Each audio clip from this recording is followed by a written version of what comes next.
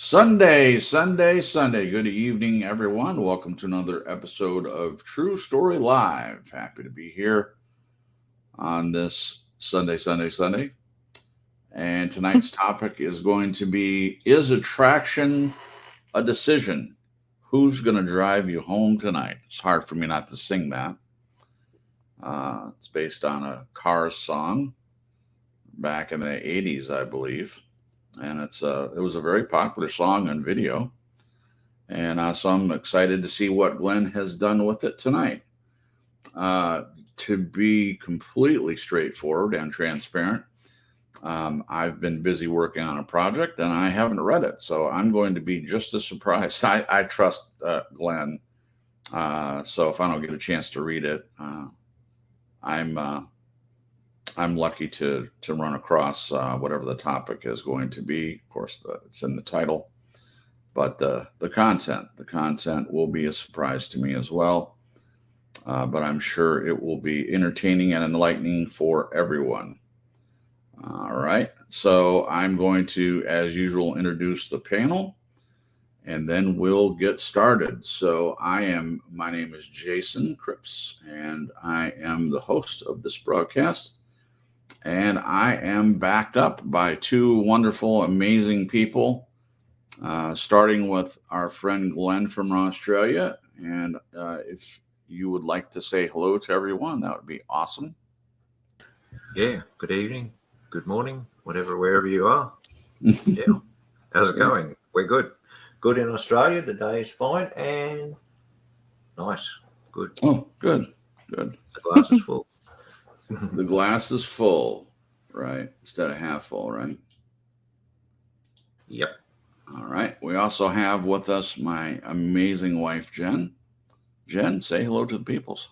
Hello, peoples. Good to be here. There you go. Okay, so also our friend Nez Lover might be coming on.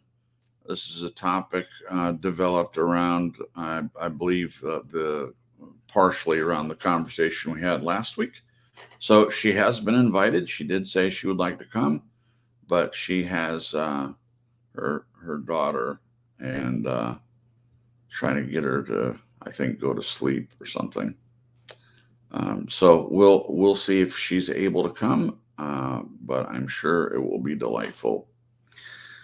All right, and let me just take a look at. Well, we only have one other person, but she is one of our favorite people. So, Jen, say hello to one of our favorite people on the chat. Jamie. Hey, That's right. Jamie. So glad that you're here, girl. Yep. And hello to people watching the playback and everybody that's going to be coming into the chat. Hello. Yeah. Sometimes it starts out like that, where there's very few people right when the show starts, and then usually doesn't stay like that. Usually people come in. So we will try to say hello to everyone as they come in. But until then, we'll get started. We'll just get right on the road here. Get to it. All right. Here we go. The topic again is attraction a decision? Who's going to drive you home tonight? And starts with a quote. It doesn't matter if the glass is half empty or half full. Be grateful that you have a glass and there's something in it. Unknown. To each of us that has a glass, we have a gift. The gift of being able to rejoice that we can feel at all. Please spare a thought for those not so fortunate. Did you decide what is attraction to you, or was preconditioning involved? Have you considered what is attractive about me? That said, do you think we have a choice in who we are attracted to as partners, lovers, friends, etc.? Does your belief system inadvertently set up a potentially fatal attraction? Tonight's broadcast examines these questions and more. It also looks at gender status in relationships and the dynamics of what works for some may well not work for others. Tonight's music is one of my all-time favorites, Drive by the Cars, released in 1984. A description from Genius.com is, quote, ambiguous lyrically. The song could either be a metaphorical about an emotionally troubled person or literally about an alcoholic, end quote. A couple of great versions to check out below, and they're in the description. I definitely suggest taking a listen to those. As I mentioned at the top, it's also one of my favorite songs. So I love it when Glenn posts something that I'm very familiar with. That's another way to connect musically to Glenn, which I love. Let's get started. Over the past weeks and months, we have looked at the results and consequences of what might be called misguided attraction. In other words, what you saw in the gift shop was not the same as when you unwrapped it at home. So, is your attraction to another based on a decision? If it is, what formed the framework of that decision? Maybe role models, values, spiritual beliefs, family attitudes, a chance to escape your life, or maybe it could be simple, like the other person is into me, etc. What is your negotiable versus non-negotiable? How do you decide what goes in what basket? The difficulty comes when attraction is strong, the chemistry off the charts, but the other person has some of your non-negotiables. How do you decide? Head or heart? The question is, our current non-negotiable is negotiable by laying it all on the table. I wonder how many considered. Is it my attraction that is misplaced? Or maybe it is my non-negotiables? Perhaps both. The role model in my family was that my mother sacrificed, in quotes, her opinions to keep the peace. It was easier to let my father make decisions because he was the, quote, leader. I could go further and say she sacrificed her soul. That is not an easy thing to say, but I see truth in it. Sometimes one takes on the attitudes of role models and does not even realize they are doing it. That is until it gets pointed out. What about your family? Why is it, do you think, that some people are attracted to role model type? They have been, let me start again. Why is that, do you think, that some people are attracted to the role model type? They have been set, yet others turn that on its head and find another path. Maybe you decided what was attractive to you until it wasn't. Maybe our thoughts of what is attractive is a false premise. Maybe it is not about what do I want, rather what can I offer. Maybe the offer is as simple as, quote, myself, end quote. Wonderful. The other day I asked Cripps something like, do you think scriptural interpretations of the role of women in relationships has led to many being attracted to poor choices? Meaning an attraction to men perceived as leaders and caretakers has in effect been a poisoned chalice when their true natures have been revealed. Oof. Maybe role models set in Christian families in relation to gender status are different than those across the community at large. From a spiritual perspective, is it considered the job of a man to be the be and all end all for a woman? Or is she granted equal status? What is the role of a husband, a wife? I'm out of my depth here, so all gender input appreciated. To close, we examine some of the song lyrics. Who's going to pick you up when you fall? Who's going to pay attention to your dreams? Who's going to plug their ears when you scream? Who's going to hold you down when you shake? Are not people, regardless of gender, there to pick each other up, pay attention, and listen to each other's screams? Why should a man be perceived as always having to be strong? Why should a woman be perceived as the weaker sex? Perhaps more flawed role models? Another quote. Whatever you think the world is withholding from you, you are withholding from the world. Whatever you think people are withholding from you, praise, appreciation, assistance, loving care, and so on. Give it to them. Eckhart Tolle. Son relates to the quote. She can drive me home tonight. Well, she can't drive, so I shall step up and take the lead.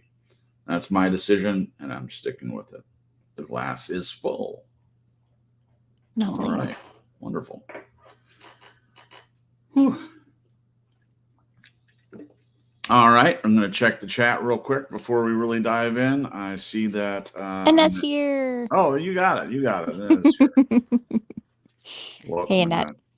Hope you're doing all right. This kind of happened last week, too. We started out with just a couple, and then people popped in after a while.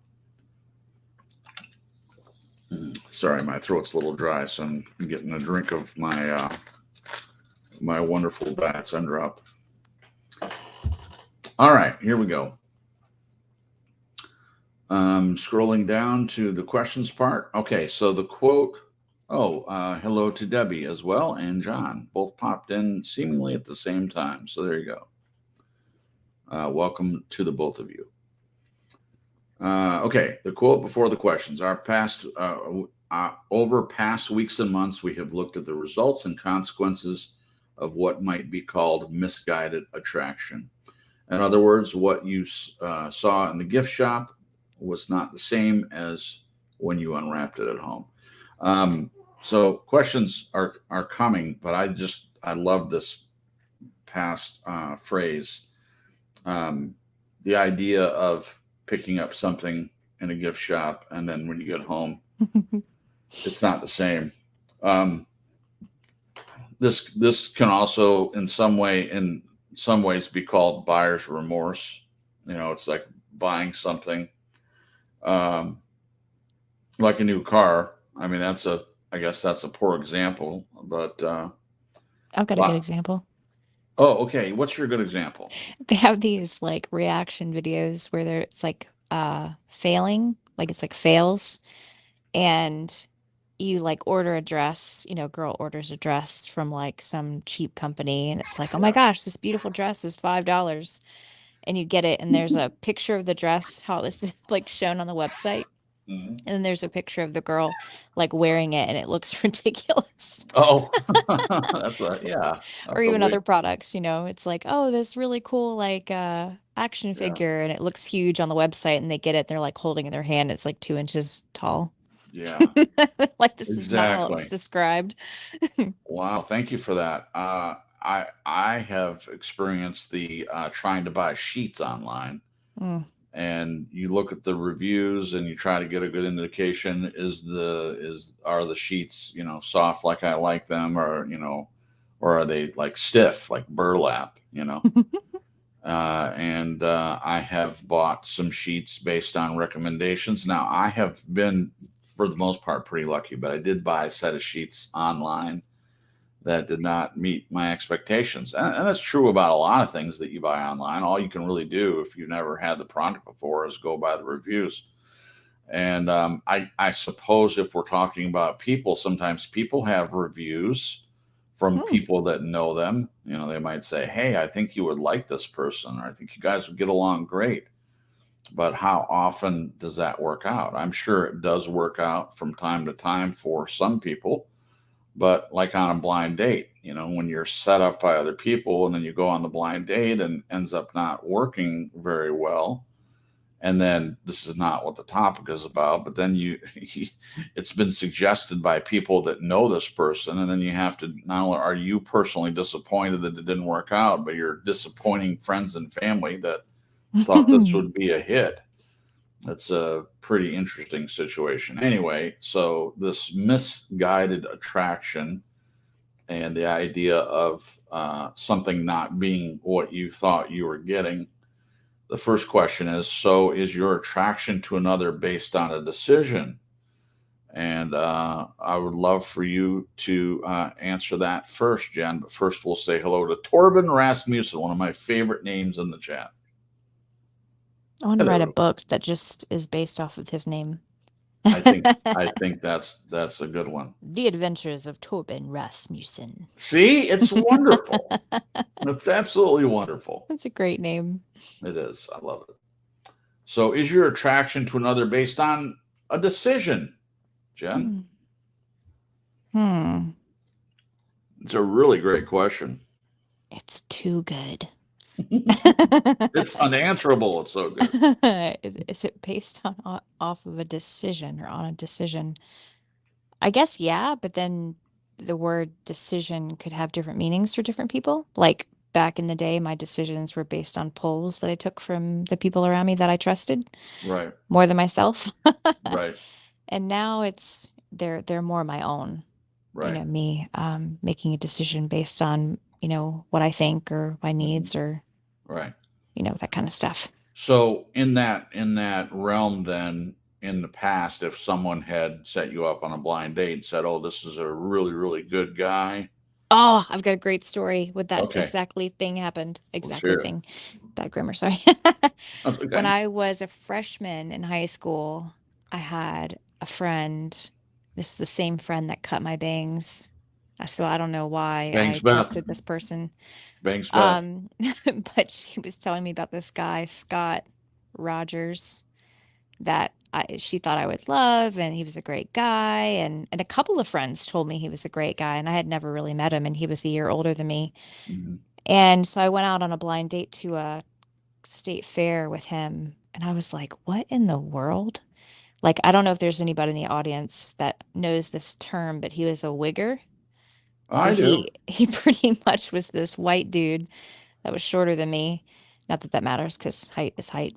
Right. But he was like one of those guys that wanted to be a rapper, like a gangster type rapper dude. The Yeah. big chain and the back in the day they used to wear those coats, those big fluffy coats that had like a hockey team on the back. No, it was the starter jackets. Oh yeah. You remember those? I Oh do. my Yeah. gosh.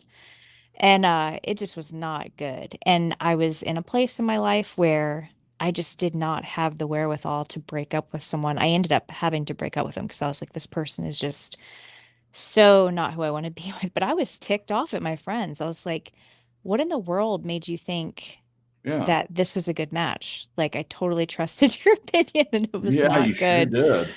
Oh my gosh, it was not good. So, So, how long did you go out with White Scott, Rapper? probably a couple weeks. And I was like, no, which I'm actually surprised, knowing the past me and how much of a Right. people pleaser I was, that just goes to testify how awful this guy was. He did drugs and like I Wow. think he might even sold drugs at that time. And he almost seemed like a dude that was, really angry and like tough and like someone who would hit a girl like at that time. But it was Oh. almost like he was trying to make up for his height, sort of. That sounds really mean. Sorry. Oh, Napoleon complex. Yeah. Yeah. He was just not a nice guy. And then, actually, you know what? It was after I broke up with him that the bangs thing happened. And this guy Scott that I dumped, and Mhm. another semi friend of ours, Ryan, they bullied me. Like my bangs were butchered by this so-called best friend that I Yeah, they had. sure were. And they walked around calling me bangs. Mhm. And it was awful. It was awful. So See, I was like, yep. that's why I call the person that did it Bangs Beth. It Yeah. helps me remember what her name was and also what she did to you. Yeah. Never met the That was a person. lesson learned. Years later, I'm going to redeem her. Years later, I actually messaged her. This is probably like 10 years ago. And she didn't know that I knew that she did it on purpose. And I confronted her and we had a really good, healthy chat about it. And she explained that not that it excused her what she had done, but she had a very low self-esteem Mhm. and was acting out of jealousy. And she apologized. And it was really good. But it had haunted me for a while. Yeah, yeah, yeah. I get it. I get it. Well, thank you for sharing that. That was a perfect example. The first one, especially about someone that fit right into the scenario I was presenting. The idea of something not being what is advertised for sure.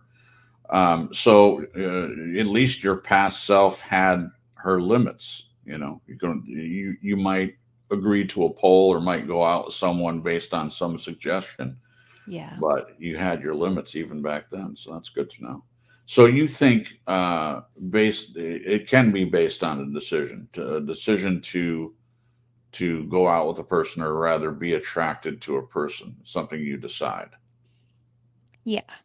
Okay. All right. Thank you, Jen. Yeah. We'll go to Glenn on the next one. Glenn, what do you think? I have an idea of what you're going to say, but I think people still want to hear it, and so do I. So, is your attraction to another based on a decision? What do you say? Yeah, but I'll go to the cringe-worthy part first. My initial attraction back in that times I can remember was based on the decision to find someone who had less self-esteem than I did. Ouch! Oh, wow. That Wow. hurt. Wow. Ouch! No. That's There you transparent. go. That's it. That's on the table. It's dead Yeah. set true. Wow. Thank you. Thank you for being so So- transparent. Yeah.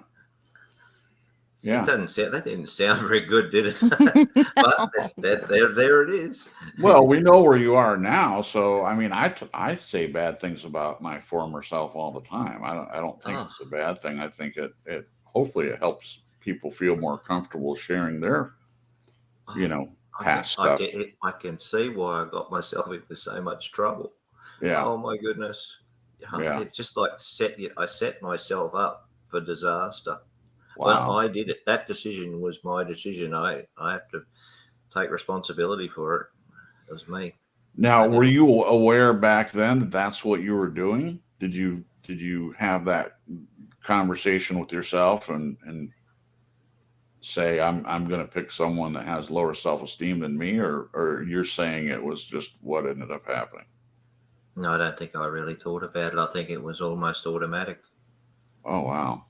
It's like, even though it was obviously a decision, Right. I mean, well, how do you, it's like, how do we even put it? Trying to find someone who's actually going to like you, even though you're an idiot. Sure. Like, Sure. well, I mean, I really don't know how to put that into words. It's just so bad. It's terrible, man. To me, I mean, I respect your opinion of yourself, but to me, it doesn't sound as bad as you might think it is. I mean, I think people do that all the time. I mean, they make decisions out of a lack in some area. I mean, I've done that. I used to choose my friends. I mean, I only know this in retrospect. It wasn't something I had a conversation with myself, but I tended to pick low hanging fruit for some of my friends. Yeah.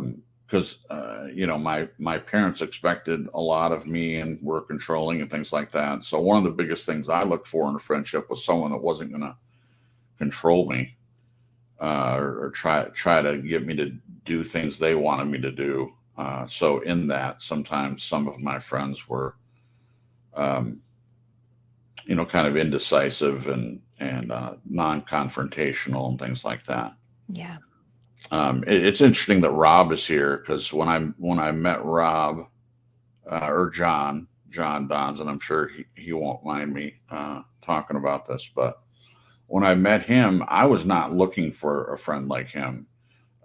He was not controlling necessarily, but he had strong opinions, and he was who he was, and it was definitely not low hanging fruit, according to me. And we became good friends, but I was surprised by that. Based on his personality, I was surprised that it worked out, and so that leads me into the way I would answer this question. I think it can be a decision. When you meet someone, you may not be chemically attracted, or you may see some things that kind of turn you off about a person, but then you see, better qualities, or you see something about them that you do like. So you might decide to give them a chance, and attraction can grow out of that, I believe. But I think sometimes you're attracted chemically to a person, whether you want to be or not. So your body seems to have a different meter Yeah. sometimes. To give an example, there was this girl in school. I can't remember her name, but I can see her face in my head. But she was really mean. She was a mean person. Now, generally, there's a certain type of mean that I would not necessarily be attracted to them to date them, but I would consider it a challenge to get them to like me. And so I would talk to them, and I would, be funny and do things like that. And sometimes it worked. I had people that were mean or standoffish that later became friends. Um, but this one girl in particular, she was just a mean girl. She really was, but she was really cute, and so I did that with her. Now nothing ever developed from it, but I just remember seeing her in class and feeling the chemicals flow, uh, and being nervous and stuff like that. Um, so I decided that I was going to at least attempt. Never asked her out or anything like that, but I would go sit close to her and talk to her when we would be at lunch and things like that. Okay, one moment, please. Let's see. All right, there we go. Had a little porn incident in the chat there. Oh, geez. I think it's the same person that comes in and block them, and they set up another thing. Okay. Um, so I think it can be a decision in some ways, but sometimes the parts of it aren't necessarily a decision. And I'm happy to be wrong about that. I mean, it seems like it's not against the way you two answered, but it does seem to be a little bit different. Um, I can say that with Jen, I didn't decide to be attracted to Jen. I just liked her. Um, in the Facebook group that we were in, I mean, she was just very noticeable, and she had a friendly disposition and really good thoughts that she would present in there, and that is probably the most attractive thing to me on its face is humor and pleasantness and a good mind. Those three things. And at that time, I had no idea what she looked like, so it certainly wasn't. It certainly wasn't based on her looks. Of course, I have to admit that when I finally did look at her Facebook and saw how beautiful she was, I mean, that just made it 10 times worse. But of course, at the time, she was not available to me. Which brings me, I promise not to take up too much time with this. Another thing that I'm aware of in myself was I was oftentimes attracted to unavailable people, and I know why.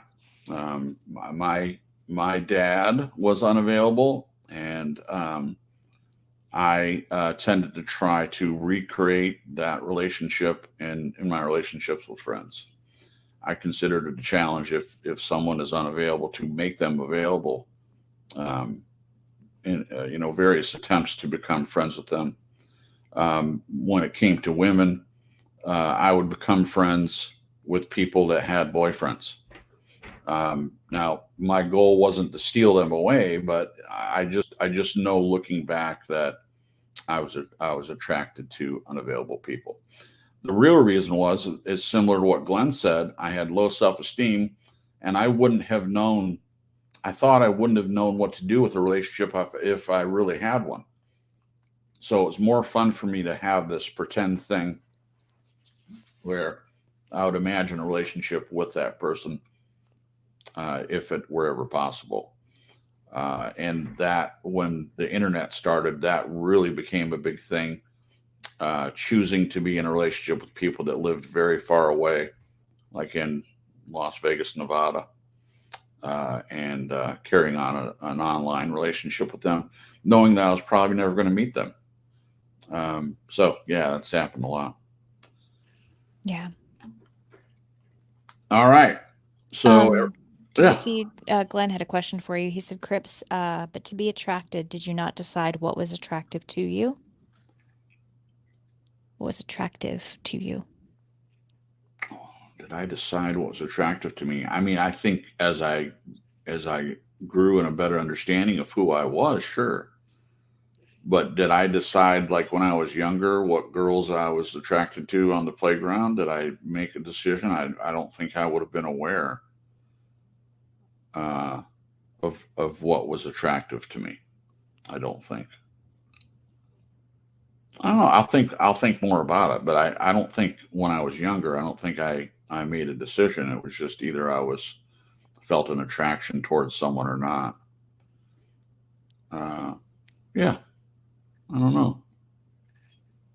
Hmm. Any more follow up comments on that? I had sort of a personal epiphany a few months ago about, I lived this life for a really long time of wanting to be chosen, and it never occurred to me that I could do the choosing. Oh, So it was like anyone who came along, whether it was a friend or a guy, um, I was flattered when they chose me, and I didn't think that I should vet them. I didn't think that even, and I never thought about it this particularly, but right, that I could choose to not be friends with them. right. Or like it just was super strange. So coming to that epiphany of like I can choose my friends. I can choose who I spend my time with or who I let in. That was kind of a big deal. Wow. Okay. Hey, believe. Believe. Welcome. Okay, so Jen, your answer was that yes, it was a decision. So out of that, if it is, what formed the framework of that decision? With which one? Like To be friendship, to be relationship, or attracted, any oh, one of them, okay. any one of them. Um, so I guess there was sort of a decision. I mean, I guess if you're going to be friends with someone, there is a decision made, but it really and truly was more hinged on the other person, not necessarily me.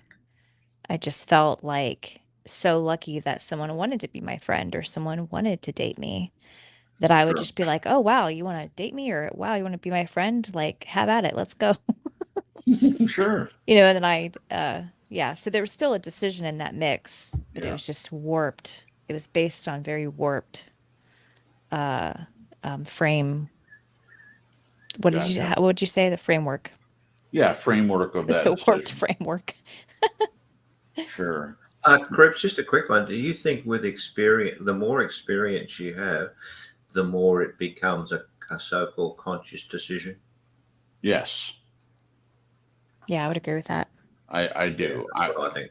In my adult life, when I knew and had some experiences and more relationships with people, and I saw some things I definitely didn't want in a relationship, then I was way more decisive in choosing who I was going to put effort into and who I wasn't, for sure. That's why I was answering. I was trying to think back to when I was, fourth, fifth, sixth grade, middle school age. Uh, how aware of I was aware of myself in some ways, but in the area of relationships, uh, certainly with the opposite sex, I don't think I knew myself well enough to say, hey, I'm going to be attracted to this in someone or that. But yeah, definitely later in life, and definitely became better at choosing friends. I still made mistakes. I would uh, learn from my mistakes in the past for choosing, people that were wayward or not really going anywhere. Make better choices, but people can still fool you.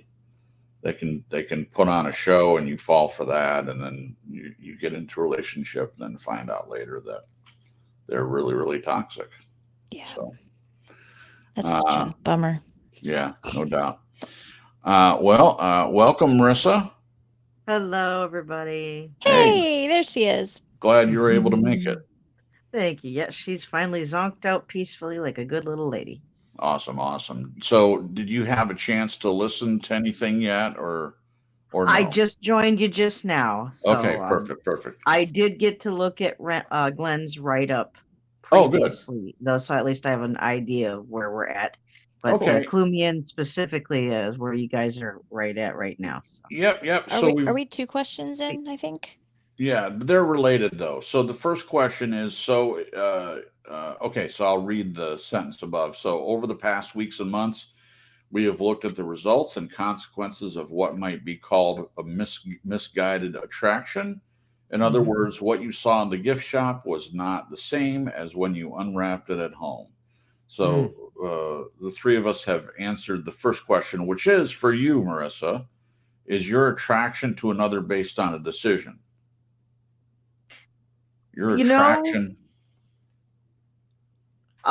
If we're talking just strictly physical attraction, because I believe you can be attracted to how someone looks exclusively. Sure. I don't know if that just based on someone's looks, if that's a choice. Right. But the other things that I find attractive, a sense of humor, their demeanor, their value system, the way they treat other people. I believe we all make choices on what we will and won't tolerate and what we will and won't accept. And sometimes I think we have a competition in ourselves. Well, boy, he or she sure looks great, but he or she does this or says this. And I think we kind of have a weighing in our mind. Let's see, damn, they look good, but they're really not very nice when it comes to this. How much shit am I willing to put up with just to be seen with that? Yeah. I've been there. So sure. So I think part of it is nature and how God made us, and we're simply attracted physically to what we're attracted to. Yeah. I don't believe that is so much a choice as what behaviors we are willing to tolerate and accept and not accept. Right. Yeah. Right.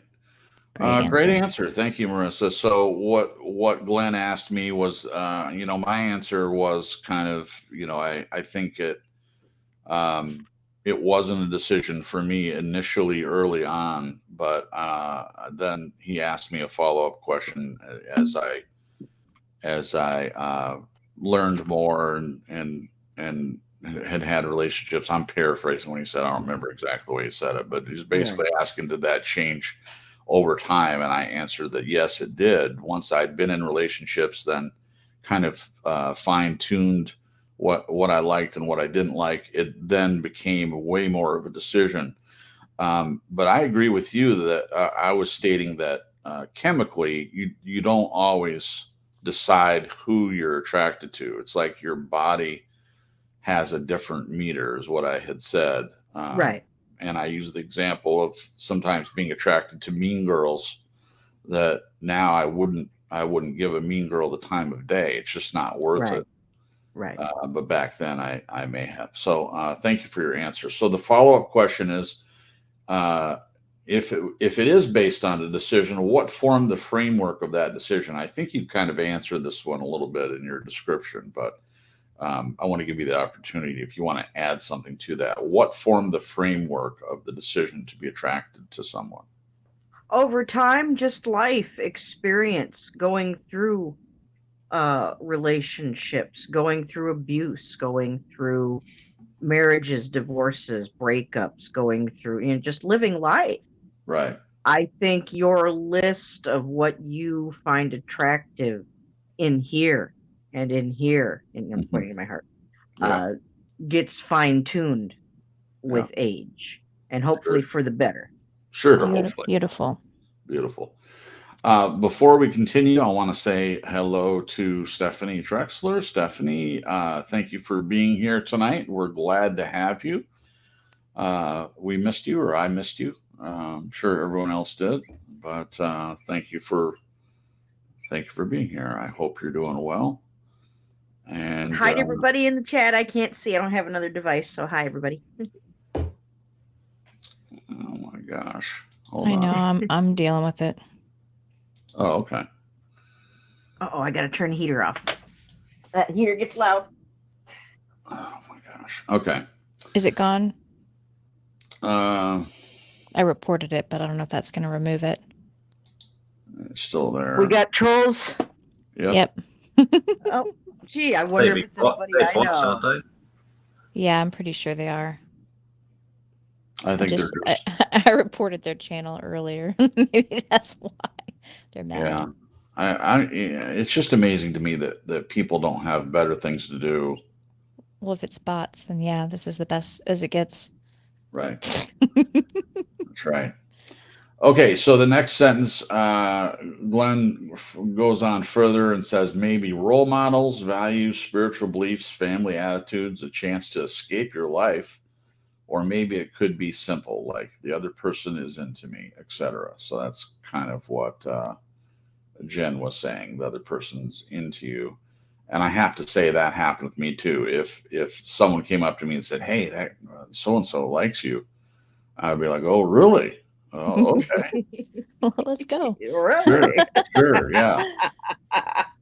Yeah. So the next question is, what is your negotiable versus non-negotiable? Ooh, and doesn't that change as we get older? Oh my gosh, yes. You want to answer first, Jen? What is your negotiable versus non-negotiable? What things were negotiable for you, and which ones were non-negotiable? So when I was younger, I had a more definite idea physically of the person I wanted to be with. And my ex didn't really match up to that. Right. But I'll be honest and say one of the things that attracted me to him, and it's something that society really pushes on women, I think, and men, but that if someone is successful, Yes. they can provide for you security, the whole Security. thing of security. Yeah. That was very attractive, but Right. unfortunately, I had no idea that this person was not secure at all.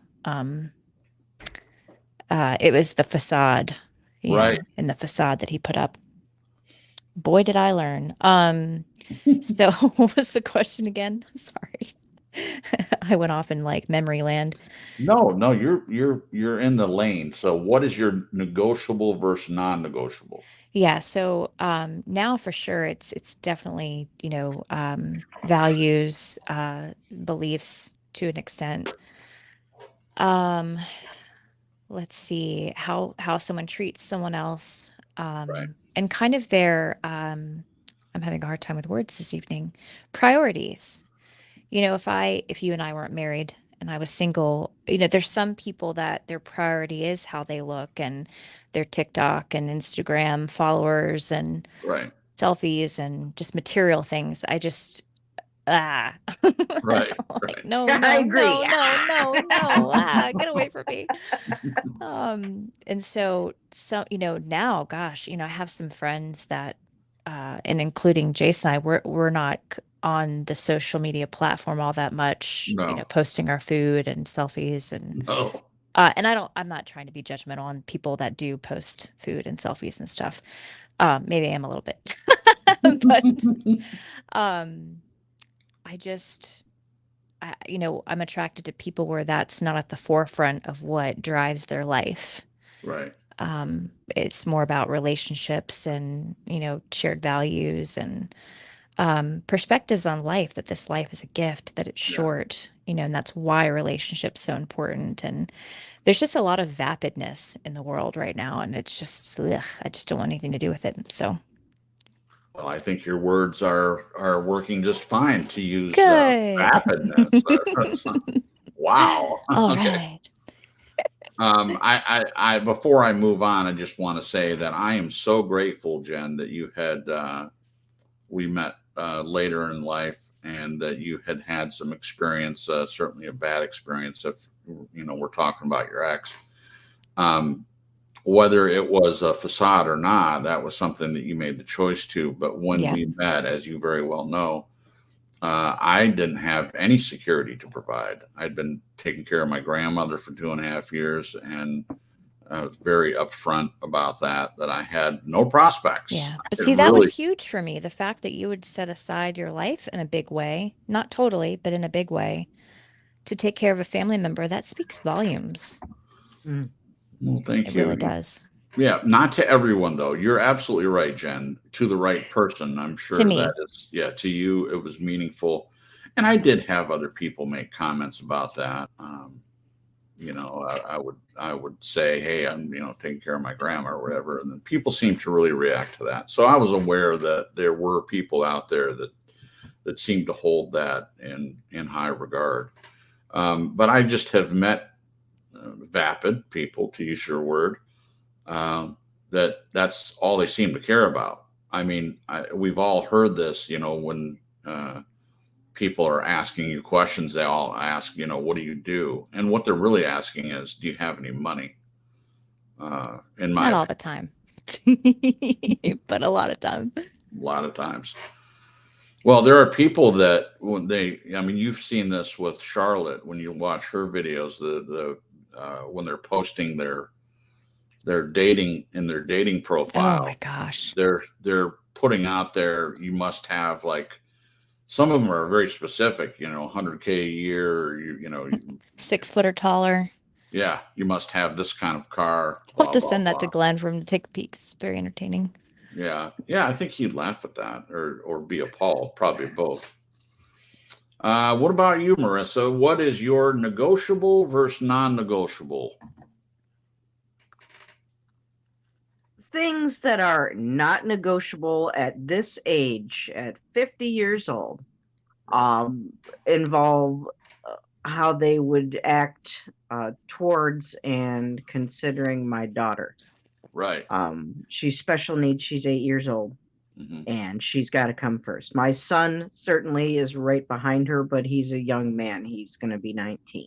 Right. But still, it means even though he's a young adult, I still need to know that whoever's going to be with me is not only going to be good for Diana, but also be a good role model, stepfather, father figure to my son. Just because he's 19 doesn't mean he stops being my son. Sure, of course And, not. if anybody who's going to be around me has to be around my children as well. Right. So, I mean, that's the top of the list for me right there. Gotcha. Everything else seems to be pretty much, as long as they're not narcissists and psychopaths and perverts and as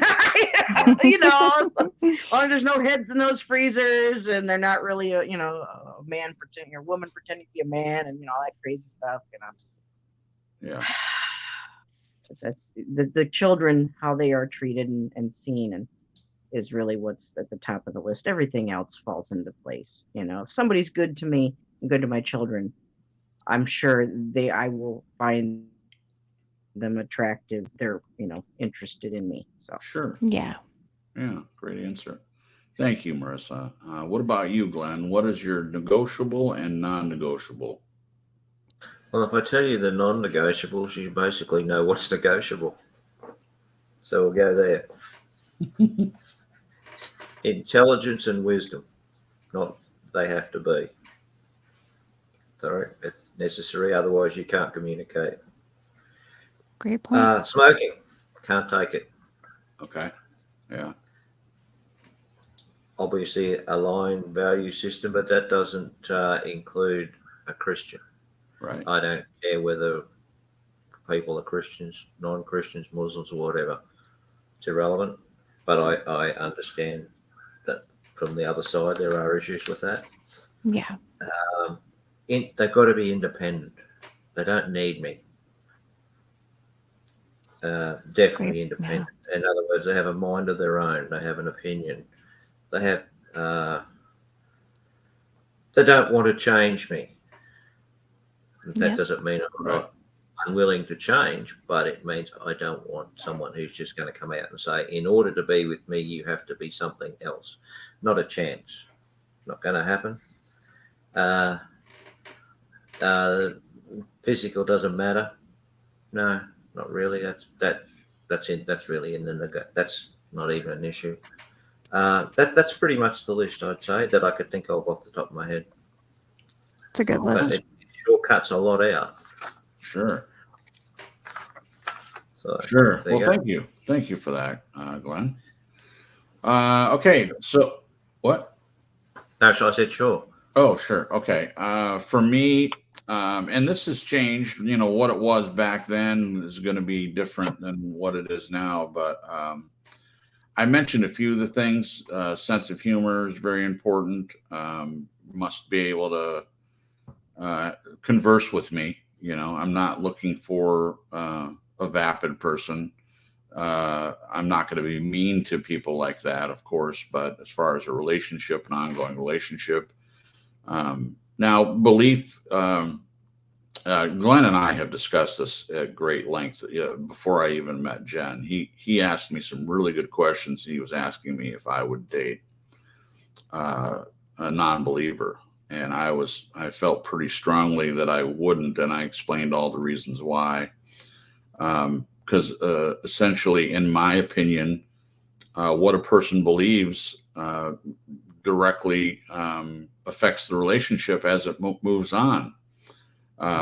So I've heard stories where people on opposite aisles politically are married.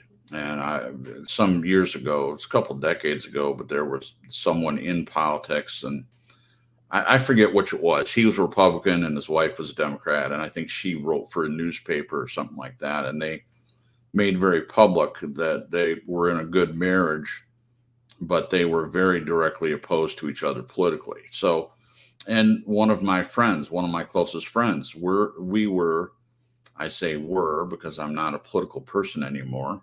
The more you find out about the world and realize it's two sides of the same coin, the less political you become. But at the time, I was way more conservative. He was way more liberal, and we were still able to be friends. But I have found that's not always the case. So in friendships, it's a little more lax in some areas than others. But in relationships with women, you know, I'm not saying I wouldn't be friends. I have plenty of friends that aren't quote unquote believers. But when it comes to a deep, abiding relationship that I think is going to go anywhere, me personally, that is a big no-no. And that has gotten actually deeper as I've gotten older, kind of being more lax in the past with some. And I'll just share really quickly my first marriage, the one that didn't work out, and I'm grateful that it didn't. On paper, we had similar beliefs on paper, and I took it for granted. I was like, oh, okay, well, this is a Christian. And we did discuss it, you know, a few beliefs that she had. And I was like, okay, checking the boxes. But once we got married, I realized that on paper, it was one thing. In practice, it was completely different. Yeah. I'm not saying she was heathen or anything. I'm just saying that her faith was not going in the same direction as my faith. For example, I really liked listening to sermons and things like that, and she refused to do that. She didn't want to listen to any sermon. She was saying that she has to be there in person, you know, like we can't listen to it in the car. And that was difficult for me. But that's just an example of other things. I mean, obviously, I was more devoted to the marriage than she was because she wanted to date other people, and I wasn't cool with that in a marriage. So that's an example of a non-negotiable for me. So I guess it would be important that if we're dating, that you're not dating other people and you're interested in a relationship with me and me alone. So that's a non-negotiable for me. As Glenn said, you know, money, financial stuff it's not important to me. What is important is that we're a team. I internet dated a person. We actually met we did end up meeting in person. But she wanted to be an at-home mom, which ultimately I don't have an issue with that. I love that someone wants to be an at-home mom, but I was being very realistic about the financial situation that I was in at the time.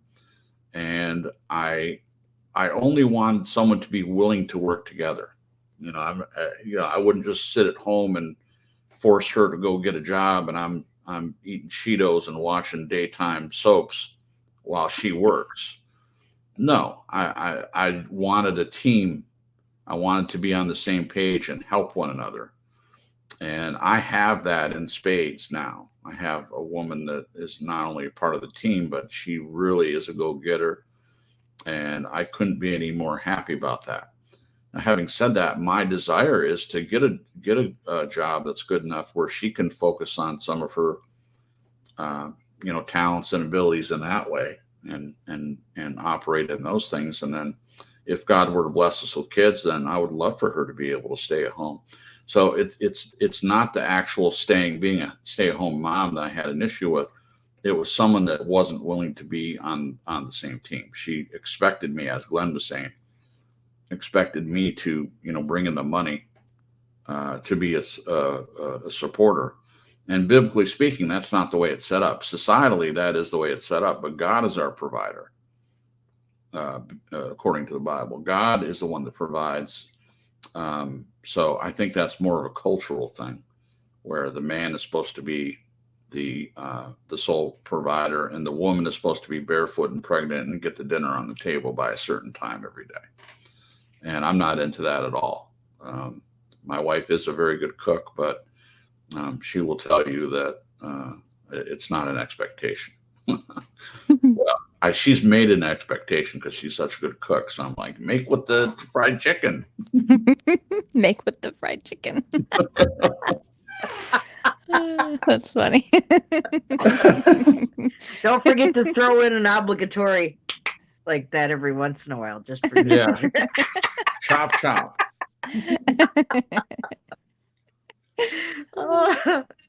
That's We would have a good laugh over that one. Yeah, I'm sure. We do that sometimes. We barb each other, we just laugh. Yeah, when she does it, it just makes me laugh because she's not like that at all. But yeah, we have fun. I think everyone answered that one, right? I think so. Negotiable, non-negotiable. Okay, how do you decide what goes in the basket? Now, Glenn, I'm assuming that's a more of an explanation of the first question. It's not a separate question necessarily. Yeah. Okay. It's just saying, okay, it's really trying to ask you to ponder, well, did you come to these negotiable, non-negotiables through something that you've seen demonstrated to you? Or really, are you thinking for yourself here? That's really what it was implying. Yeah. Well, I think at this point, I have observed lots of relationships in my life, and I base a lot of who I am now on that. What I've observed in relationships, what I think works well and what doesn't work well. Certainly, my grandparents were a great example of a marriage. My parents were not. So I look at those two relationships as an example and pick and choose which things I want in a relationship based on that. So yeah, it's based on observation in a lot of ways for me. I think. Anyone else want to add anything to that second part? How do you decide what goes in what basket? I know for me, when I was younger, it was more of kind of what was modeled to me as a younger person, and also what society deemed I should be, separating things into different baskets. Sure. But now it's based off of my own decisions and from what I've observed and lived through, and learned. Yeah. So it's, regardless of what society deems is important. Right. Thank you. Marissa, did you want to add anything to that second part? Well, I think we pretty much covered it. Okay, great. All right. The difficulty comes when attraction is strong, the chemistry off the charts, but the other person has some of your non-negotiables. How do you decide, head or heart? We'll start with you, Marissa, on this one. The chemistry is strong with the person, but they have some of your non-negotiables. How do you decide, head or heart, Marissa? Well, which non-negotiables are we talking? Are they just great, but they're married? Are they just cute as a bug's ear, but they have a bit of a problem with what men and women's roles are in their own little mind? Are they expecting? What are their expectations? Sometimes expectations can ruin what could be a good thing. Oh, you're You bowling know? down my alley right there. Oh yeah, well, Expectations. move over. Let's be the Big Lebowski and bowl down this alley. How many times have we thought, hey, this looks good, this feels good, and then maybe a month or two into it, you hear something come out of them, you're like, what the boop? What Yeah. was that? Whoa, put the brakes on. Whoa, and the red light goes off, and you're like, U-turn. oh no, there goes a red flag right there. Yeah. Isn't that terrible? I've been there. I have been there. Yeah. And that could be, like I said, that can be something that's a big difference. I agree with you, Jason, that for me, the religious point of view, politics is BS in my frame of mind. So Yeah. that who cares? But religion, I mean, absolutely. I don't just how they think of God, how they think of their creator, Right. what they think of Jesus means the most to me. Right. And if they are turning out to be someone who is disrespectful, disbelieving, just not on the same page spiritually, I'm not saying they've got to believe every single Right. little bit, but Sure. they're totally coming from a different perspective, and Right. and marriage is supposed to be the two becoming one. That's awful hard to do when somebody's up here and you're over there, and scripture mentions being yoked Right. unevenly for a reason. I do not want to be yoked Right. unevenly. I've been there, don't care to go back. No, thank Yep. you. So I Right. have an educated point of view there. I've Yeah. tried it. No, I wouldn't do that again. So, and I think you guys know what I'm talking about there. Anyway. Yeah. All right. I do. so I I'll do. shut I'll just say briefly, and we could do a whole show about this, but we've talked a lot because I feel very strongly this idea of expectations in relationships. It was very important to me, and I had a conversation with Jen when we first started dating about expectations. And sometimes I'd even ask her, okay, if we were going to visit family, I'd say, okay, what are your expectations of our visit?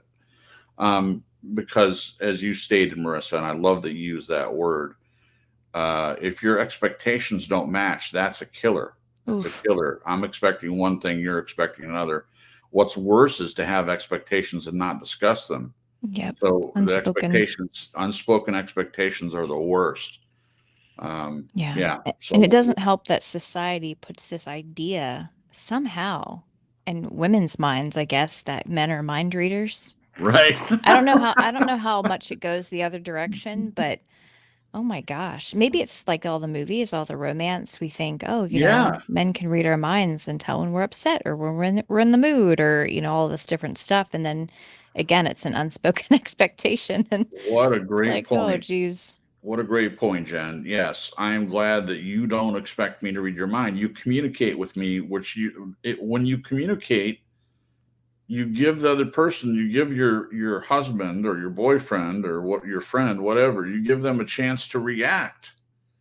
If they don't know what you're thinking and you have this expectation that's not being discussed, and then you're just mad at them when they don't fulfill it, to me, it's one of the most ridiculous things. Yeah. Now, I don't know about other men, but for me, I don't expect a woman to read my mind. I'm very comfortable saying, hey, this is something I want. This is something I don't want. And I was like that with you and remain that way. I don't expect you to know what I'm thinking. Yeah. That's Now, so good. as you get to know someone, I think there is sort of a mind reading. It's based on observation and time with the person. You begin to know what they like and what they don't like. I just have to say this really quick. So my wife does something for me that I just love.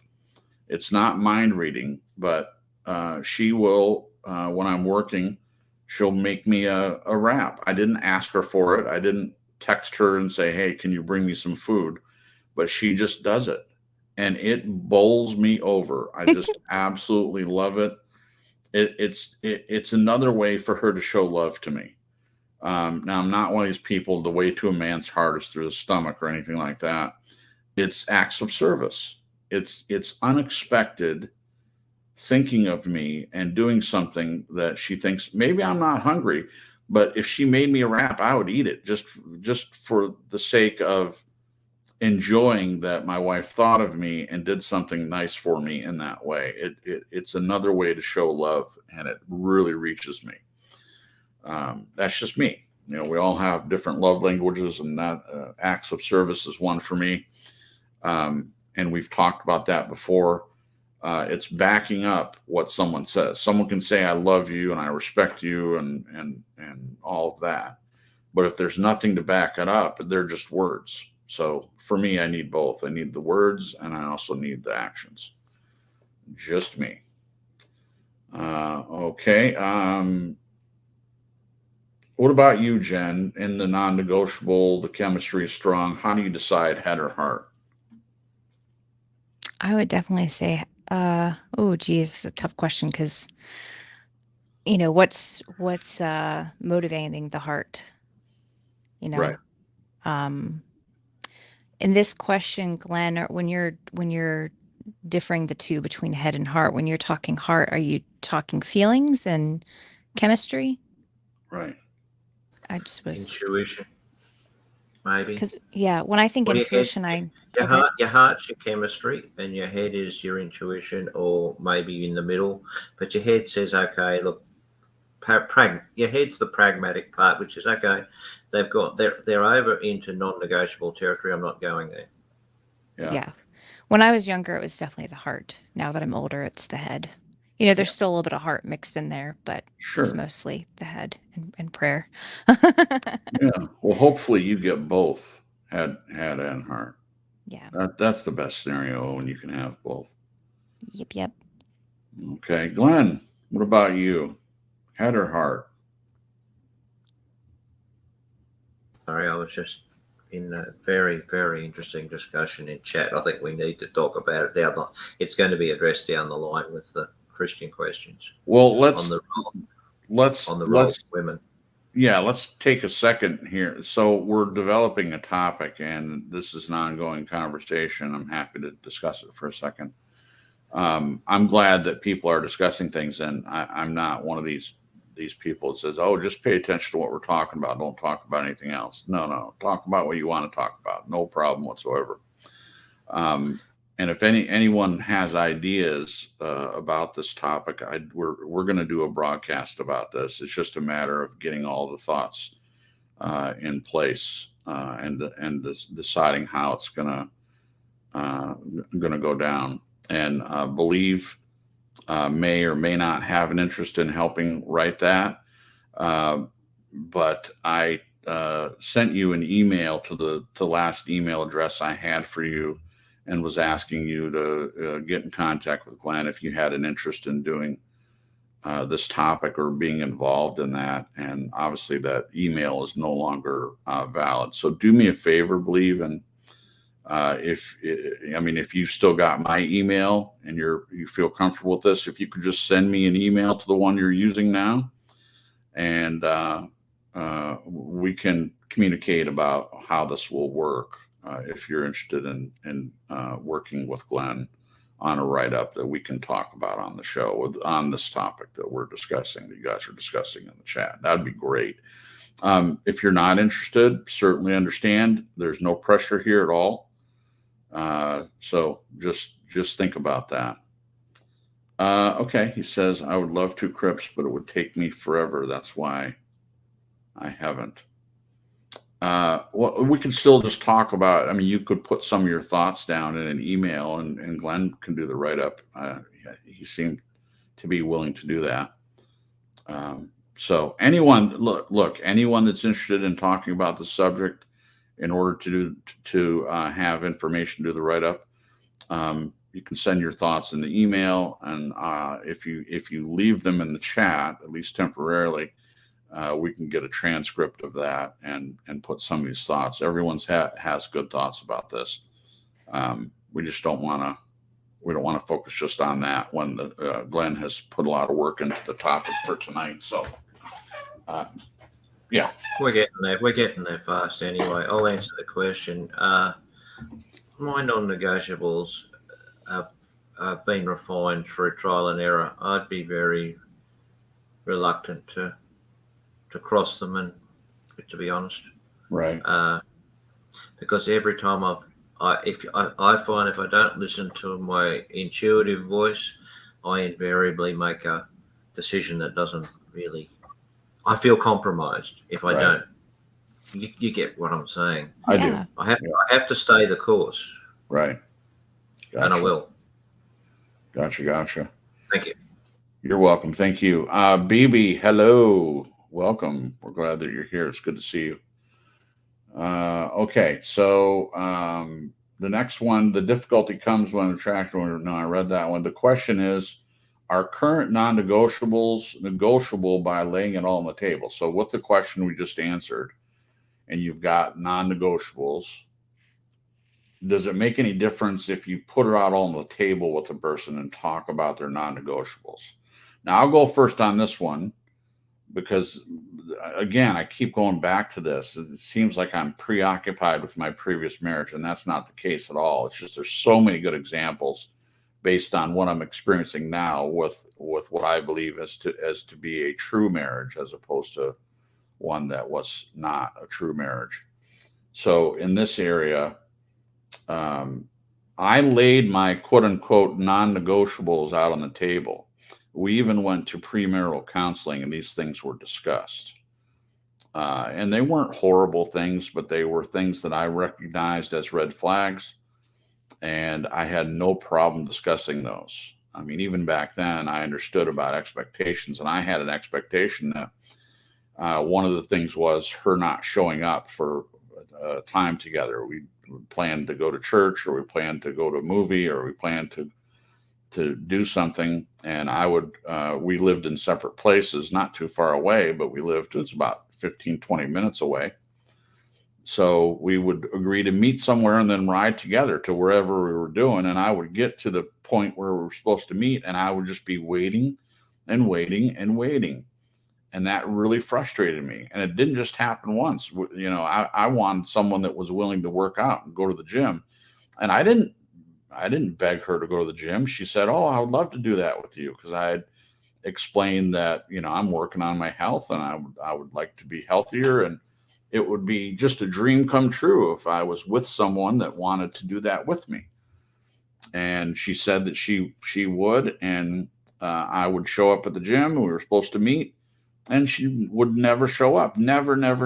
And you know, like an idiot, I kept trying. I mean, I just wasn't getting the memo on her at the time. But this is something we talked about in premarital counseling, and her answer was, "I hear you." You know, she acknowledged what it was I was saying, whatever the red flags were, and with the third party present that was, you know, helping us get this out. And her answer was, "I will work on this, you know, during the marriage."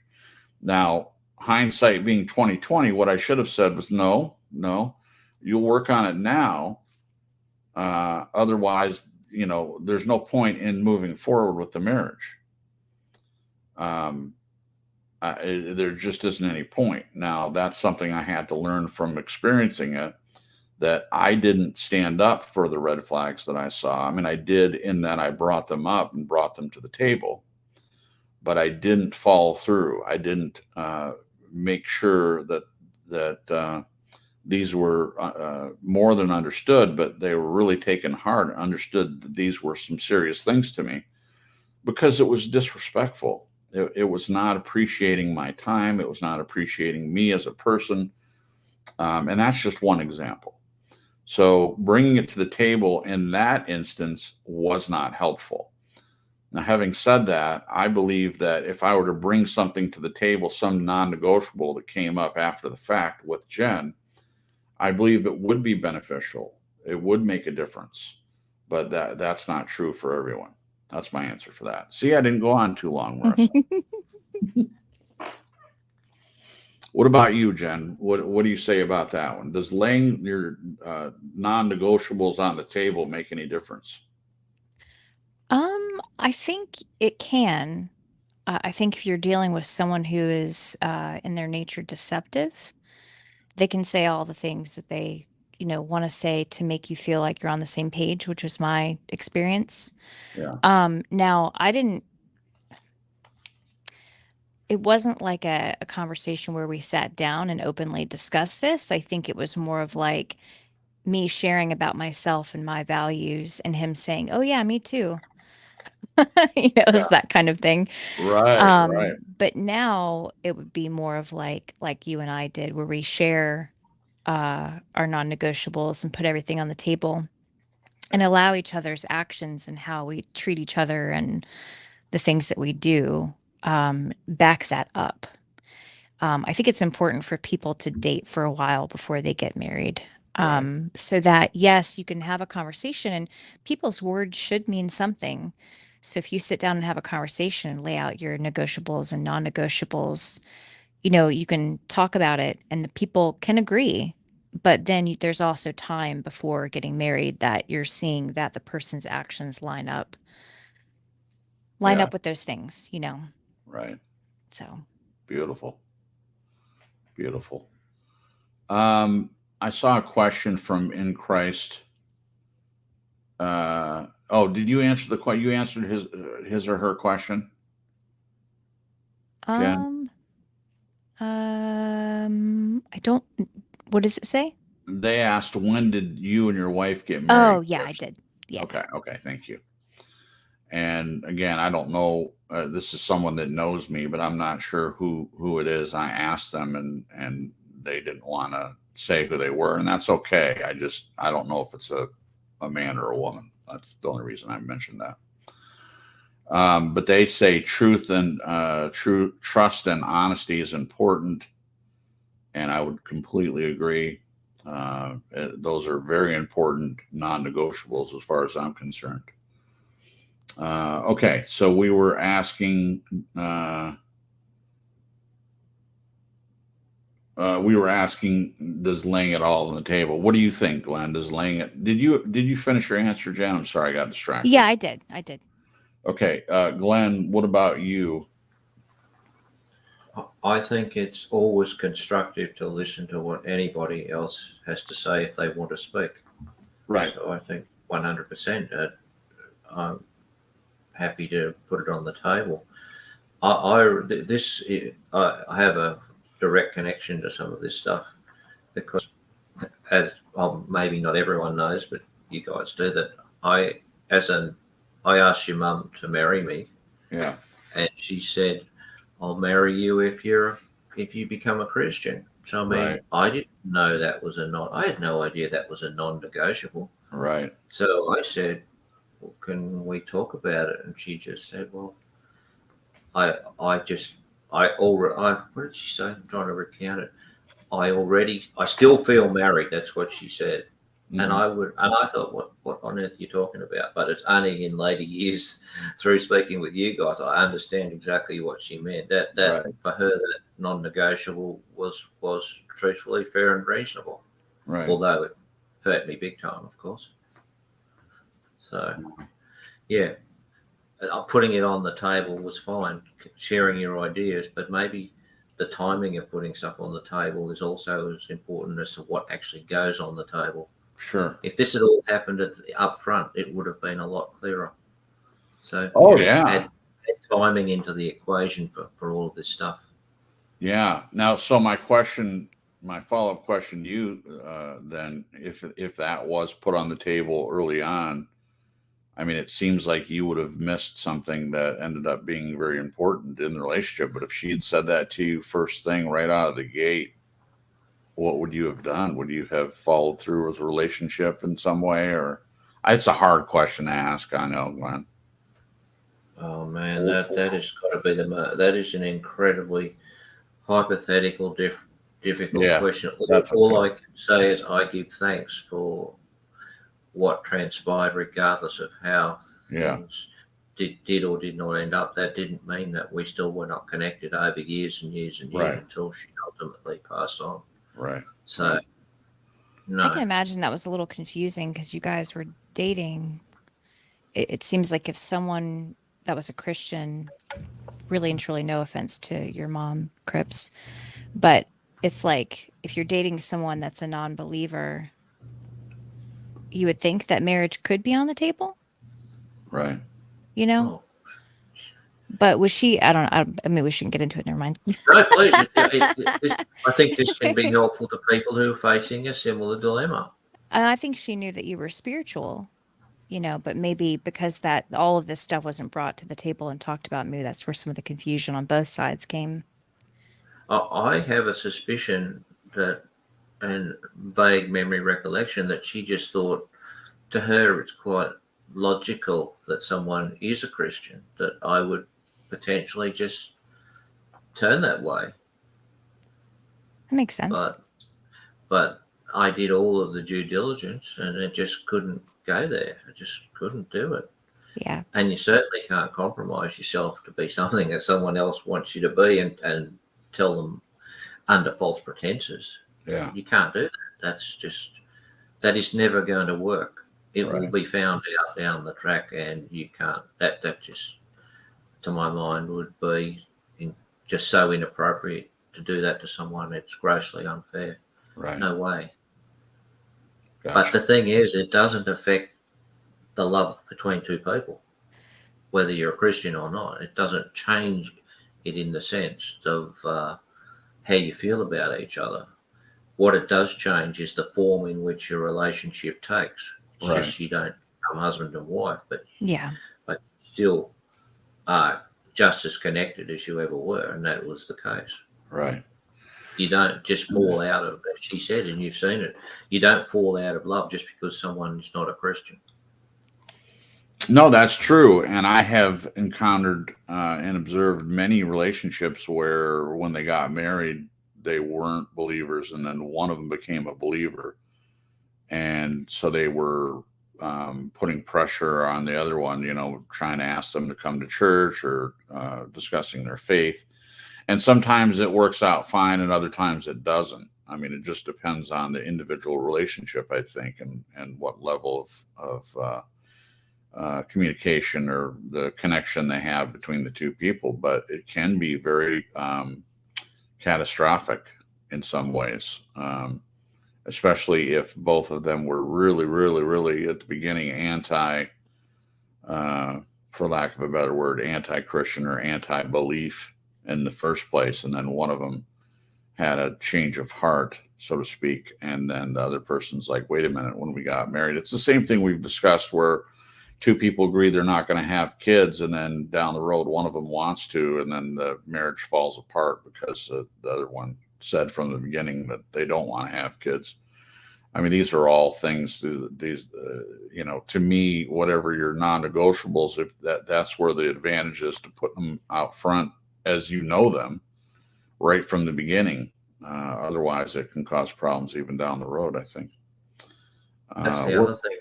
That's the other thing I was going to say. In Christ, they said, I'm just going to find it. If you want, it's a big responsibility to date someone, even if you're not married, if you want to do it the proper Christian way. Well, I'm not quite sure what that actually means, but in terms of your mum and I, we were living as husband and wife whenever we were together. Yeah. That mightn't be considered Christian, but that's the truth. That's how it is. Right. So, it all gets confusing. Sure. As you can see, I'm sure I'm not the only one that's ever been totally confused. I'm sure a lot of people out there have gone through exactly the same sort of thing. Right. Exactly. Shaking your head in disbelief. And like, well, so, right. It's not easy, that's for sure. No. Thank you, Glenn. Marissa, thank you for your patience. We went a little long there. So on this one, does laying your negotiable or non-negotiable rather on the table, does that make any difference to you by talking about it? Absolutely. How in the world are you going to know right. where either one of you stand if, there comes a point when you play poker, you got to put your cards on the table. True enough. Sure. Well, same it is with when you're in a relationship with somebody.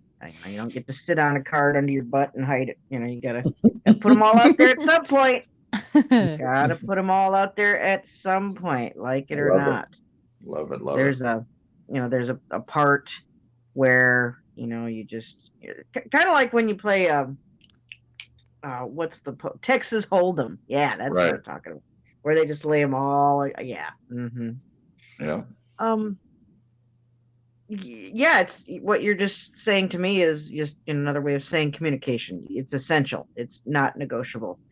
Yeah. The concept and the action of communication is what truly is non-negotiable. If you don't have it, then what in the hell are you doing? Right. So. Beautiful. Yeah. By bringing up cards, just real quick, Texas Hold'em is a way better depiction of what marriage to someone can be like. Yeah. Right. So you have your Love whole Texas Hold'em, yeah. whole cards. You each have 2 cards that that are yours, and then there's the community pot. 5 cards face up Right. that are laying out for you. That's the things that come out dealt by life. It's things that you don't really have control. You don't have any control over it. And then it's how are you going to make a hand out of the whole cards that each of you have and the 5 cards that are dealt to you by life. How are you going to come up with the best hand that way? Where the analogy doesn't work is you're not usually teaming up with other players in Texas Hold'em. You're trying to beat them, but I think you get it. Okay, so I'm going to ask you the next one, Marissa. So Glenn says, I wonder how many have considered, is it my attraction that is misplaced, or maybe it is my non-negotiables, perhaps both? What do you think? Is it one or both? Is it misplaced non-negotiables, or is there something wrong with your attraction? At what point are you asking yourself this? I mean, isn't this going to vary on what stage of life, what level of maturity and experience you So have? you're answering the question, so you can come at it from whatever direction you like. Right here, right now, if there's a problem with somebody, I'm trying to make sure that I'm adhering to what my list of non-negotiable. This person simply must be on the same page with me pertaining to, like I said, with my daughter, Right. my son, how they treat me. There absolutely can be no abuse of any kind. Right. And I'm talking any kind. Even when, there's verbal abuse as well as every other kind. And none of it is acceptable, not even as a slip up. Right. I think sometimes we let things slide that is abusive when we're a lot younger. I think we're programmed into thinking, oh, people just communicate that way. I grew up that way. I had a bunch of snarky, intellectual, narcissist, and enablers around me. A lot of people with bad tempers, people just being verbally abusive to each other. The fights people would have, and just in front of the younger people, in front of kids, and nobody cared. And you see people behave that way, and you think, oh, this is what it's like to be in a relationship with somebody. This is what it's like to date somebody. This is what it's like to be married. And when I was 17, I had seen enough, and I was like, well, I thought I'd seen enough. I was already of the mind that A, I didn't want to have children, and B, I didn't want to be married. If I was seeing what I was seeing up to just the age of 17 and saying no, my hope was not high for the future. Right. But with all the hell that I went through, and now being 50, my point of view has completely changed. And I'm so glad that I see things differently than what I did, even though I went through everything that I went through to get here. So I think if you've lived and experienced and you've learned, then you adhere to those non-negotiables to the best of your ability. Right. It's not like something like Glenn's mentioned, smoking. That's his choice. But smoking is just a habit that can be done away with. Sure. That's not somebody's personality. That's not a physical feature. That's not a religion. Smoking is an addiction, and the person who has it can either choose to deal with it or not. And you can either choose to deal with someone who has that addiction or not. You know. So I think, it's pretty much relative to the situation, and you none of us we've all been there where we've changed for people, I'm sure, and I'm sure none of it went well for any of us. You know? Right. Amen to that. Beautiful. Beautiful. That's another show for another time. Changes Sure. we should have never made. Oh boy. Well, I I'm think I telling just you. found my next write-up topic. But anyway, Yeah. There you go. I'm Yeah. babbling Do on it. here. No, But I you're think not it's good. babbling. I think it's good that we have standards. I think it's good that we have listed certain things as non-negotiable, because you gotta stand up for yourself. Yeah. Exactly. You've got only you can decide what is right for you. Right. Yeah. Good point, Marissa. So, what about another you? show right there. Okay, I'm gonna be quiet now. Well, yeah, I mean, the more we have these conversations, the more topics we could. I mean, this They pop one up. that's the one that's going on in the chat. I mean, that's going to have to be. Everyone has strong opinions, and I understand this is something that's going on in the world right now with a popular pastor who there. I mean, this is happening right now. So Yeah, they're real time. real And time. more stories are coming out. You know, More stories are- more this is- victims and survivors, and Yes, geez. yes. So this is an example that we're seeing on the world stage, so to speak, of these attitudes that have been held for a long time, and how many women have suffered, and how many men because of misinterpretations and what pastors tell them. So this is an important topic. So we promise something is going to come out of all that. So I appreciate everyone talking about that in the chat. What about you, Jen? Is it your attraction that's misplaced, or is it the non-negotiables? Trying to wrap my mind around this question. I think both. In my past relationship, I think it was both. Sure. I think my attraction was based on what's the word? Security. Yeah. And based on me being convinced no one else would come along that would want me. Oh.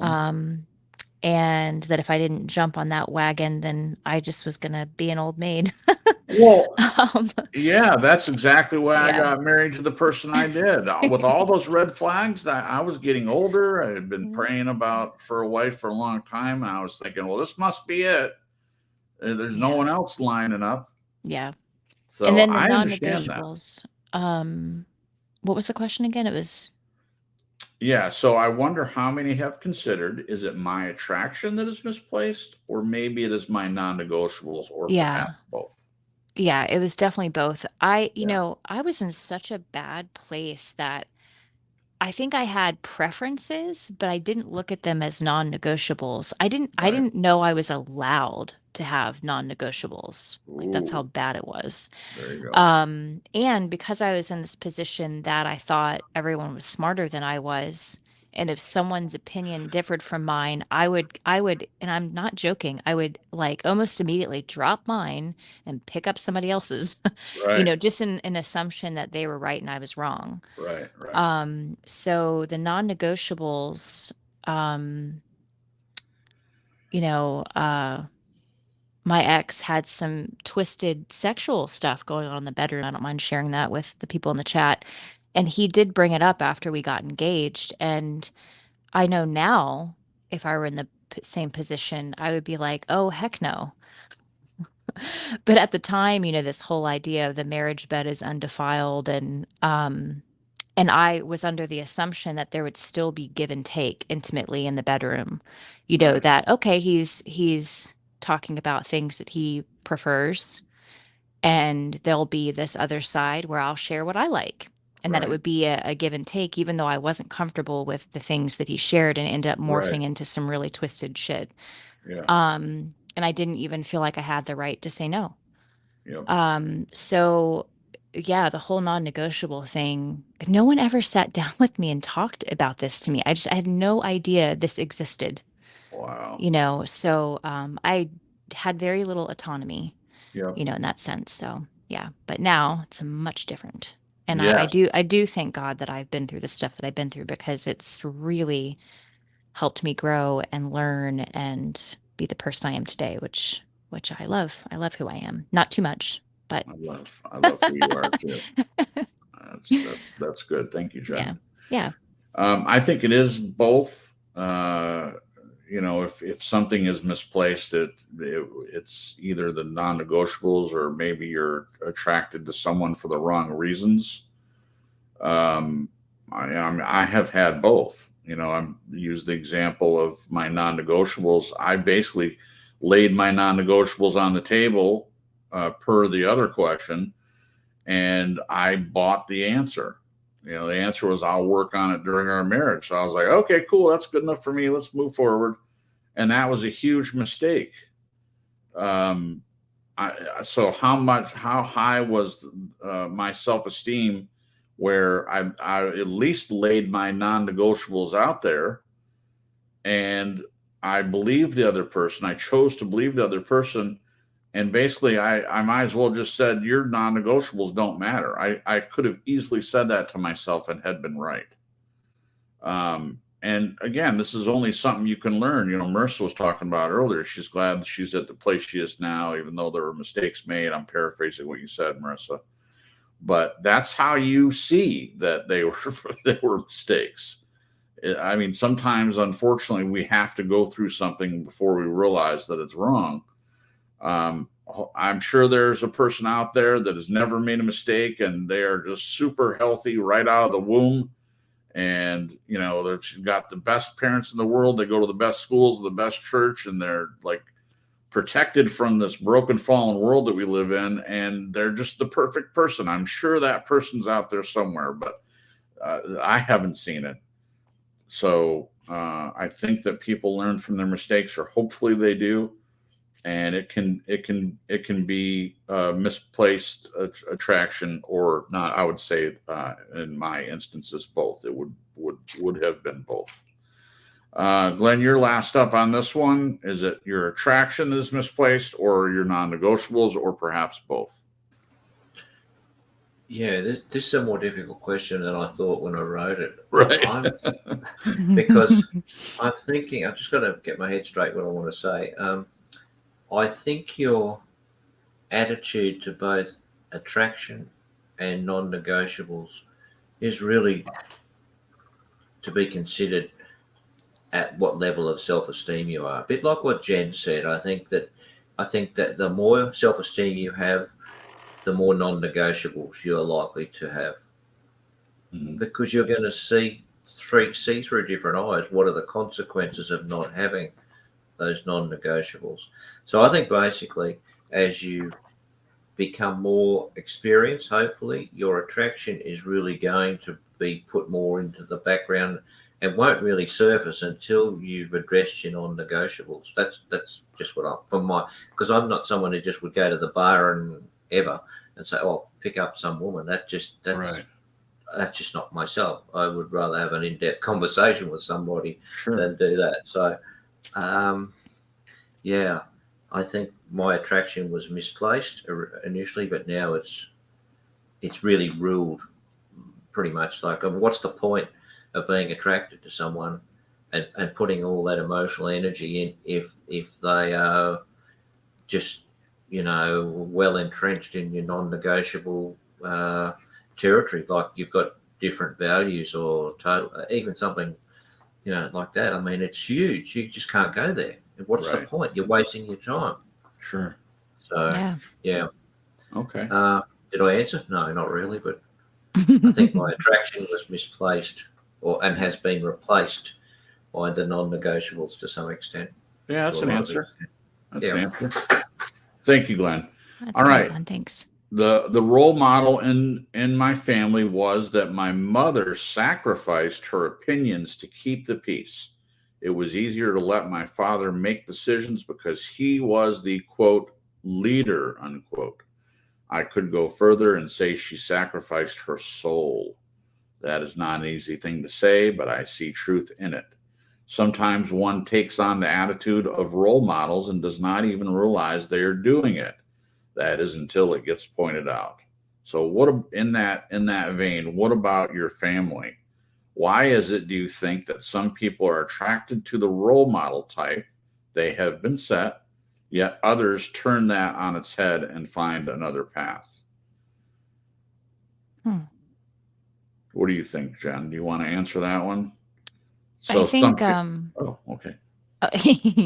I know for me, I didn't go out thinking, oh, I'm gonna find a dude that's angrier than my dad was. That scared the crap out of me when I was little.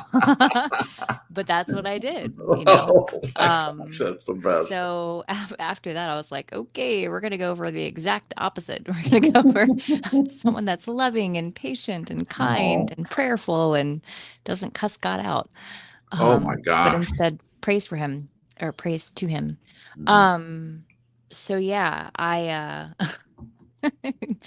and to think why, you know, I think the reason we do that sometimes is because it is what's modeled to us, and to an extent it's what's familiar, maybe even comfortable, even though it's Sure. not, which is very strange. Yeah. It's the comfort and the familiarity. Yeah. And it makes me think of when people are like, oh my gosh, when I have kids, I'm going to do it differently. Not saying that they won't, but it's Right. that motivation of I've been through this thing and I'm going to do it differently than my parents Sure. did when I have kids. Sometimes it's the same with, I'm sure there have been people out there that have experienced a certain thing, watching their parents grow up in a certain dynamic that's not necessarily healthy. Right. And then when they choose a mate, a lot of it is based off of what they saw and they don't want any of that. Right. But there are stories where they thought they were doing that, but unfortunately someone was being deceitful and ends up being Yeah. that same thing. It's just like, oh my gosh. Yeah. Wow. So it's my Thank answer. you. Thank you, Jen. Marissa, why is it, do you think, that some people are attracted to the role model type they have been set, yet others turn that on its head and find another path? What do you think about role models?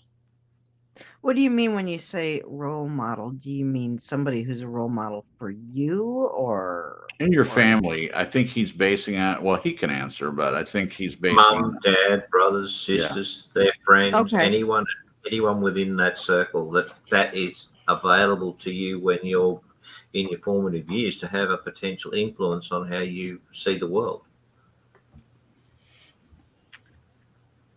I definitely give credence to the fact that I certainly established an archetype of Good word. who the ideal person to be in a relationship with me would be, could be, should be, however you want to say that.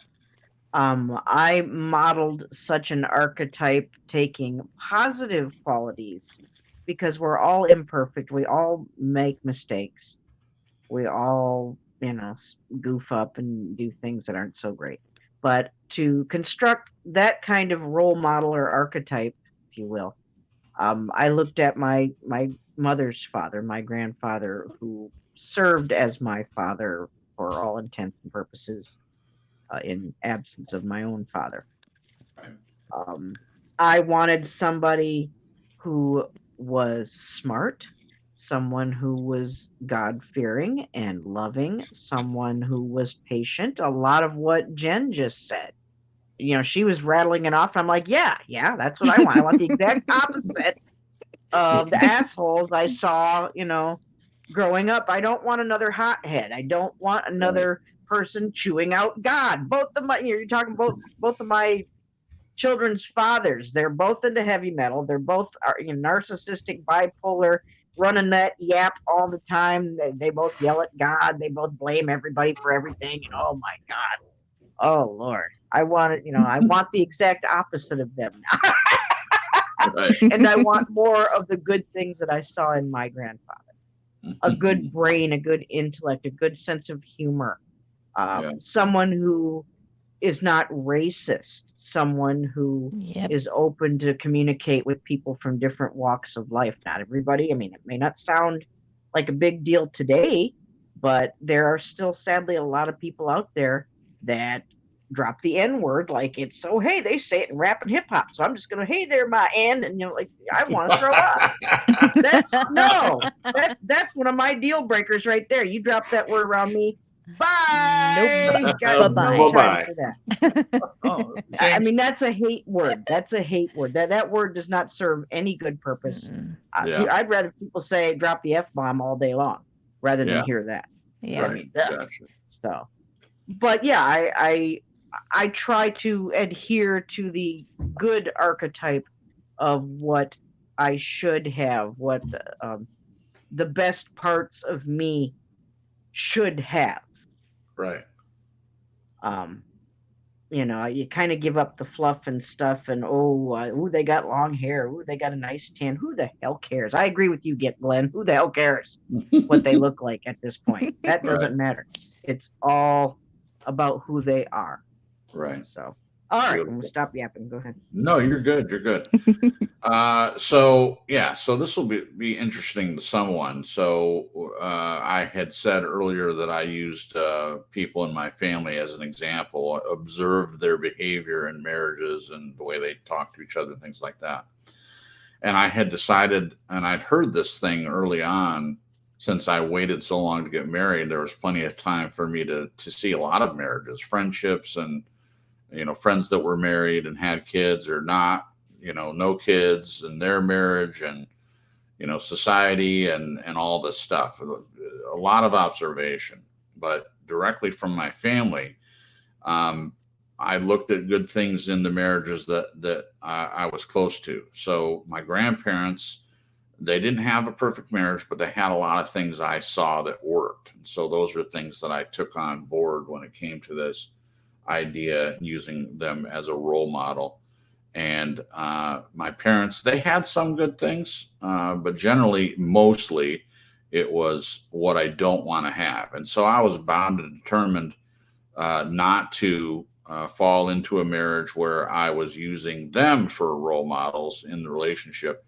The funny thing is that only after the fact, but I ended up choosing someone that reminded me, that archetype of you marry your parents, or you marry one of your parents. And I married someone that had a little bit of each of them in her. The unavailability part, seemingly available on the outset, like on paper, like I said earlier, but ultimately, she was so wrapped up in herself, and so wrapped up in her anxiety and depression, and not willing to do anything about it, that she was not available to me. Not available to me. So in retrospect, I see that I sought relationships of people that were unavailable somewhat. And I definitely was looking for someone that was not critical and controlling like my mother.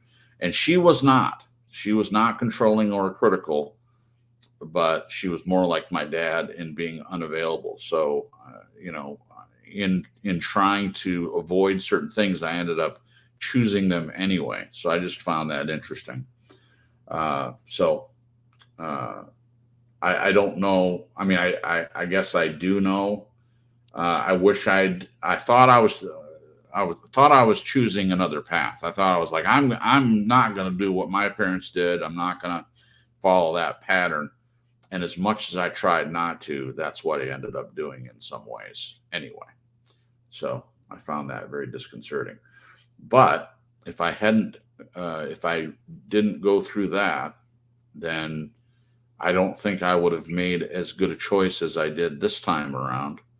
I knew exactly what I wanted. I knew the type of person that I wanted, and I don't know how I would have known all that had I not gone through what I went through. So it ended up, as God says in His Word, all things work together for good for those that love Him and are called according to His purpose. A lot of times they don't read the rest of that verse. The world likes that verse. I saw it in a TV show a couple of years back. They put that verse up there. Everything works out, or works together for the good. And they didn't put the rest of it in there. But it's very important to keep that in mind. And I think anyone that's thinking about a relationship, as much as they try, I've seen it happen a lot where they end up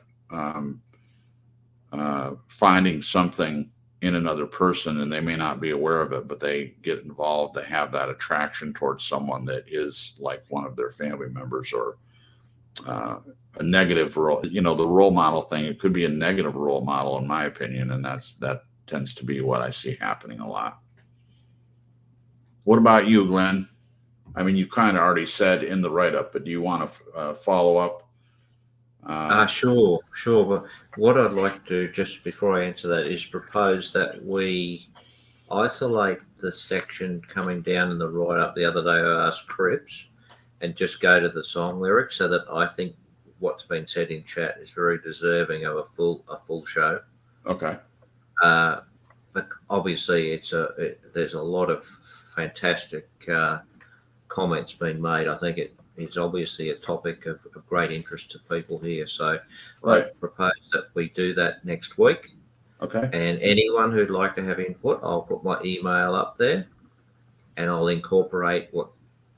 try to incorporate some of the stuff that's been put in chat together with some of this write-up. And does that work for you guys? Yeah, absolutely. So just as far as tonight's broadcast is concerned, Yeah, well, I will answer the question about no. That's not what I was going to say. You're saying let's move forward to the lyric part, because I do see. Let's address what we're addressing. Okay.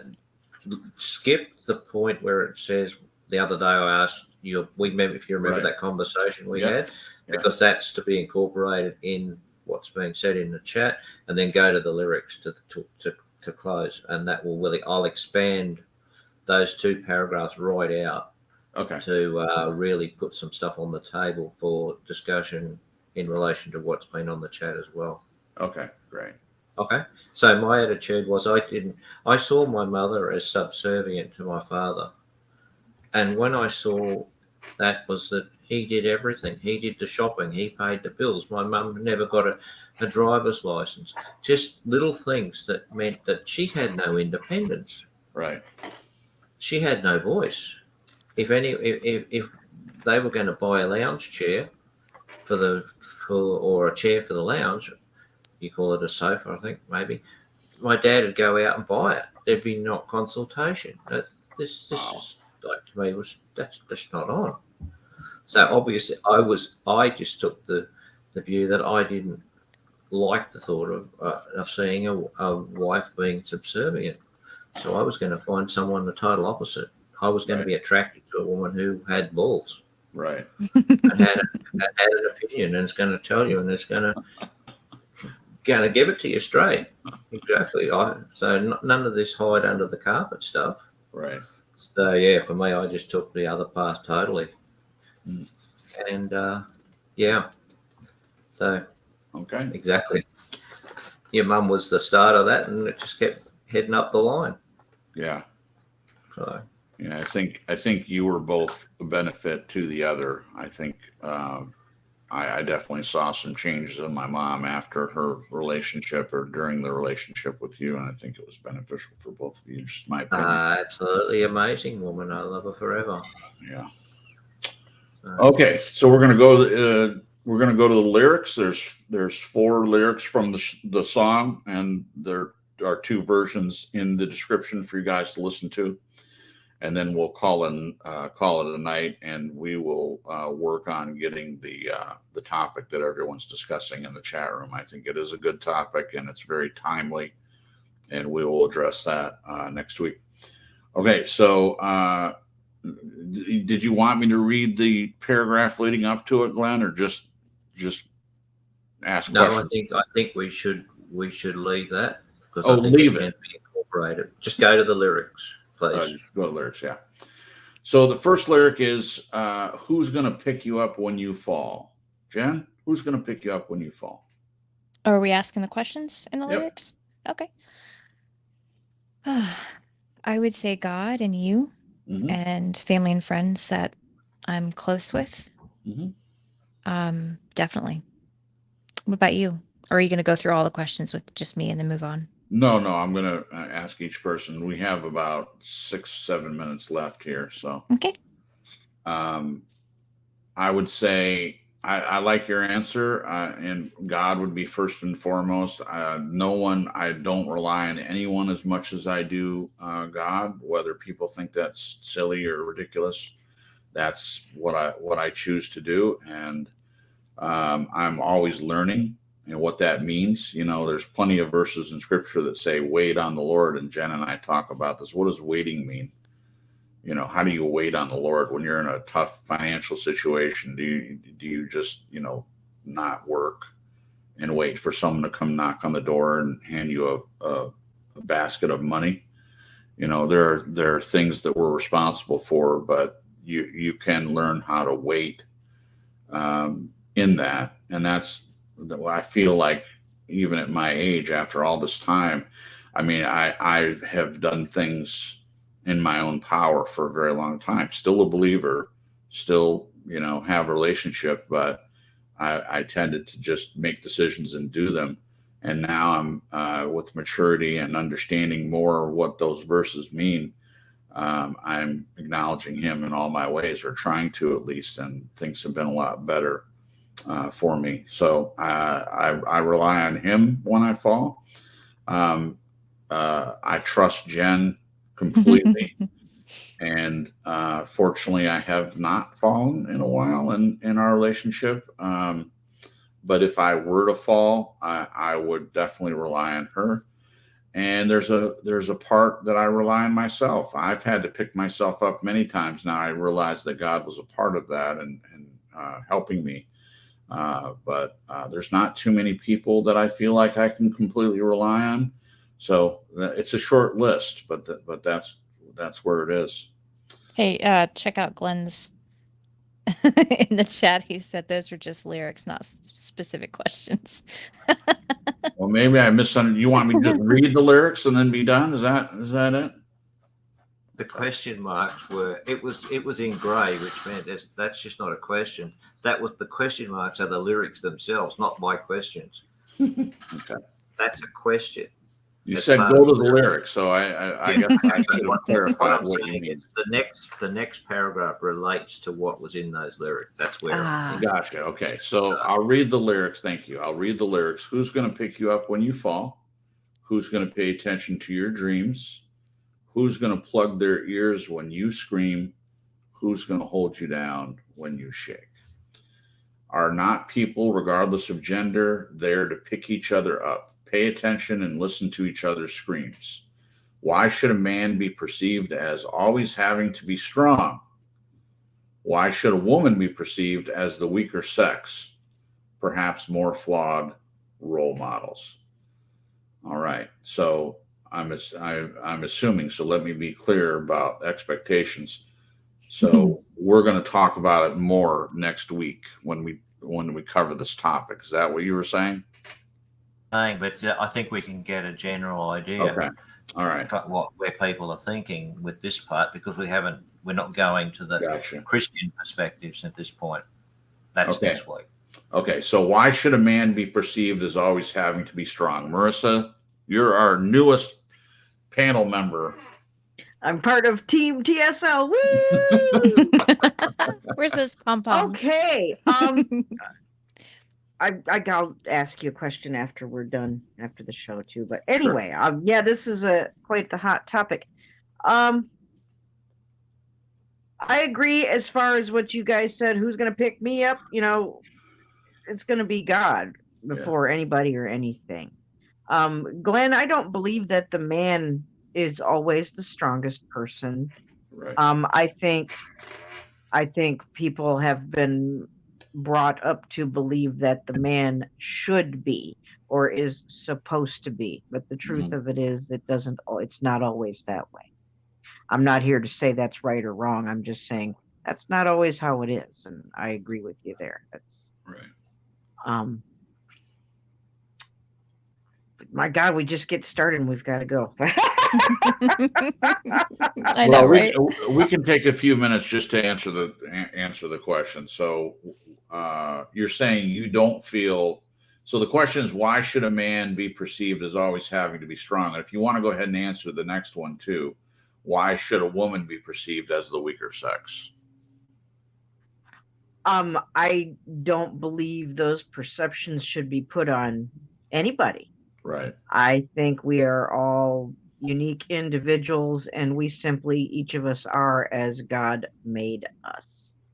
I still adhere to the fact that God made us two specifically different beings, A man is a man down to the genetics, and so is a woman Right. down to the genetics. An apple is an apple, and an orange is an orange, and they're never going to be interchangeable. They're not meant to be interchangeable. They're meant to work together and complement each other. Amen. And I think I say we in general, humanity, gets the wrong idea when they think that every man is supposed to be this and every woman is supposed to be that. Generalizations don't get you anywhere good. Narcissists like to do generalizations. Don't do that. Don't be like the narcissist. Right. That's another show right there. Yeah. No word salad. Don't be like the narcissist.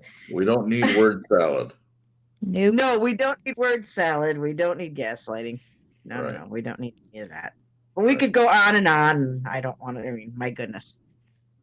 Okay. But no, I don't believe. I think society just programs it. I think we're programmed. I think movies, music, you name it, every media out there has a spin on it that sooner or later points that the man must be this and the woman must be that. It's up to us as individuals to see through that. Right. And God can certainly help us see our way through that. And critical thinking and just keeping your eyes open and geez, people say this, but is that really how it is? You can just pay attention and like I said, use your critical thinking and observe for yourself. Is that how it really is? You don't really learn these unless you just live life. Yeah. All Didn't right. I I feel just like I'm say something again. No, you're great. So Jen, weren't we just talking about this? The idea that God wants us to use common sense in some things. Yeah. Yeah. I mean, gosh, it happens. I think he delights in us questioning things, Yeah. and seeking for answers. Right. Yeah. It's not flipping him off and saying that you're smarter or more powerful than God. Not that, but I'm sure he's okay with us asking questions about, hey, how do you feel about this, and using scripture and having the conversation. Just like when we talk about this next week, I think he delights in that, of us talking about topics like this and airing it all out, even where people disagree. That's the beauty of it. We should be able to disagree on things and still have the conversation. It's when people stop up their ears and decide, hey, well, I'm just so offended that you would even ask that question, I'm not even going to talk to you about it. It's just ridiculous to me. All right, Jen, what about you? Why should a man be perceived as always having to be strong, and why should a woman be perceived as the weaker sex? What do you think about that? I agree with Marisa. I think it's something that's programmed into us with any and every media, once we're born, even from little kids. Oh, yeah. Boys play sports and girls play with Barbies. Yeah. It starts very young. Yeah. And I think, like Marisa said, when we start to kind of question the narrative, in a healthy way, I think we learn, hopefully, when we get older, that it doesn't, there are times where any of us, man or woman, can have weakness, and that I think Marisa said something about, our differences complementing each other. I do think there are ways that men are stronger than women and ways that women are stronger than men. Yeah. And I can see how that complements both. Yeah. So that's my answer. Great. I just want to throw something else to add to that real quick. Sure. It's not an insult to anybody, man or woman, to not be a cookie cutter replica of one another. Right. I think the people get off on the equality train and take a wrong turn somewhere. Equality doesn't mean we all look the same, feel the same, think the same, do the same. Right. Equality means we all have the right to feel and think and be and do, is what that effing means. Sorry, getting a little upset here. I love it. So I'll go next. I agree with what both of you said. I know that we're basing a lot of this on what scripture says, but there should be this idea of relational and common sense with things. Do we just look at scripture and we think we don't take in consideration? I'm not saying it should be totally, scripture should be disregarded because when it was written, I'm not saying that. What I am saying is you have to take a few things into consideration. First of all, reading the whole chapter in context, not just cherry picking a verse and just picking out one verse and saying, see right there, it says submit. So the way that things are being perceived, it's definitely society has this presentation, and it changes from decade to decade. I remember growing up, it was still like Jen was saying, the boy plays with toys and does sports, and the girl plays with Barbies and has tea parties. That's the way it was when I was a kid. And now we let the kid decide what gender they are. We let them decide what to do. So I'm going to borrow from Nez a little bit. Somebody somewhere took a wrong turn and we're on a completely wrong track. I also like, and I'm sure she didn't intend this, or maybe she did, but apples are apples and oranges are oranges. And they're not going to be what someone wants them to be just because they say it is. So in this idea of men being stronger and women, I don't think people understand what that means, the weaker sex. You have to look at the context of the whole of scripture and determine what that means. I like what Marissa said in that there are differences. God made us different for a reason. Why do you think we become one flesh, biblically speaking? It's two becoming one, with the strengths of the man, the strengths of the woman, the weaknesses of each being put together and relying on God as the head. That's the way it should work. It's submitting to one another under God. I mean, as believers, okay? So, if you're not a believer, you're not going to go by that. But even in society, what works better? To have a man be responsible for everything and the woman responsible for female stuff? And there's no equality, there's no togetherness, there's no team. Does that work better? I would say the divorce rates say that it doesn't. It doesn't work better. What works better, in my opinion, is two people that are joined together in holy matrimony, working together to face life. And someone might be better at finance than another. Well, let them take care of the checkbook. Someone else might be better with physical things, working out and eating right and cooking, and the other person isn't. So let them be the person that handles that, and the other person be subservient in that way. We can work it out between the two of us, whatever that is. And that's what I see as being the correct way to go about that. And I'm looking forward to talking about it next week, but I'll save that. Yeah, so it doesn't have to be the way it's perceived, ever. In each relationship, you two get to decide the way you're going to do it, regardless of what society says, regardless of what anyone thinks.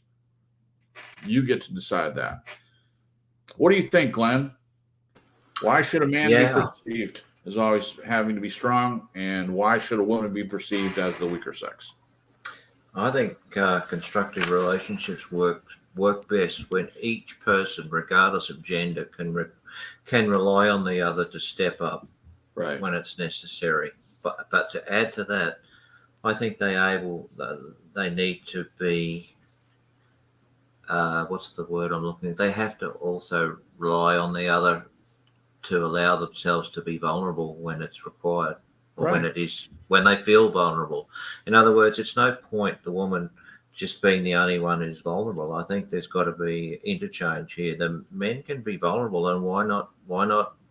I know some women think, oh, you're weak, you cried, you forget that. Yeah. No. There's my phone. It was ringing me at the wrong time. Stop it. It doesn't want to stop. That person did that about 5 shows ago. That's our exit music. Okay. So it's all about the balance. I don't think it matters with the gender. You each step up. You each step up when you need to. You each be vulnerable when you feel it. Just basically be who you are, and don't be embarrassed about it. Yeah. That's not That's not a weaker sex thing. And women, as Marissa said, everyone is men and women are different, but that doesn't mean they're not equal. Right. And they have an equal role to play. That's all I see it. Yeah. Okay, so we have some. Thank you, Glenn. Sorry, I didn't mean to interrupt if I did. We're all mispronouncing Marissa's name. It's Marissa, and I, on a couple of occasions, said Marissa, and I didn't mean to do that. I apologize. It's a Spanish name, Marisa. You trill the R. Marissa. Ricardo Mato.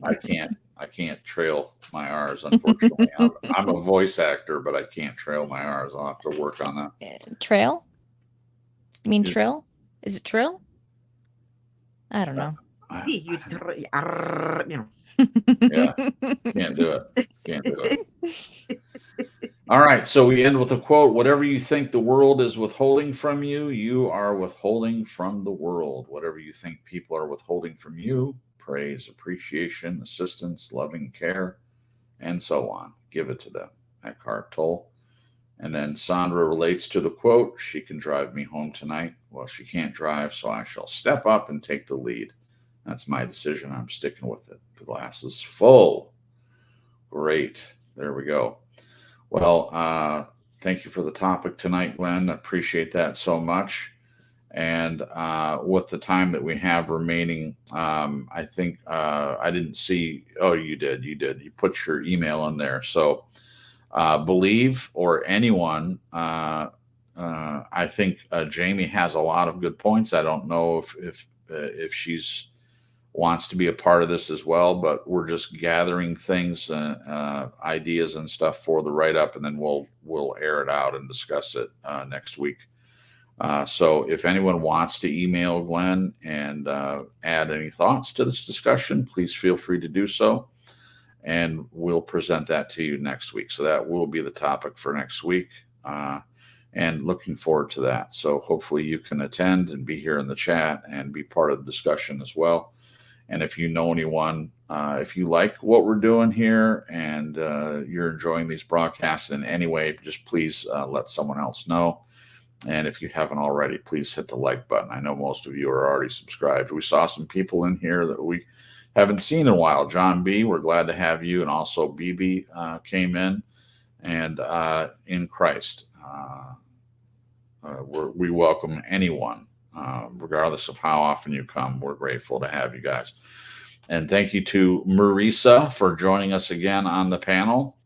And it was a real pleasure to have you again. And you have at least one fan in the chat that said that you were a good addition to the panel. And I would agree with that. Me too. You've been great the past two broadcasts, and appreciate you taking out of your time to be with us and tackle some of these topics. Love your humor, and your responses are really helpful. So thank you so much for being a part of this. Thank you for having me.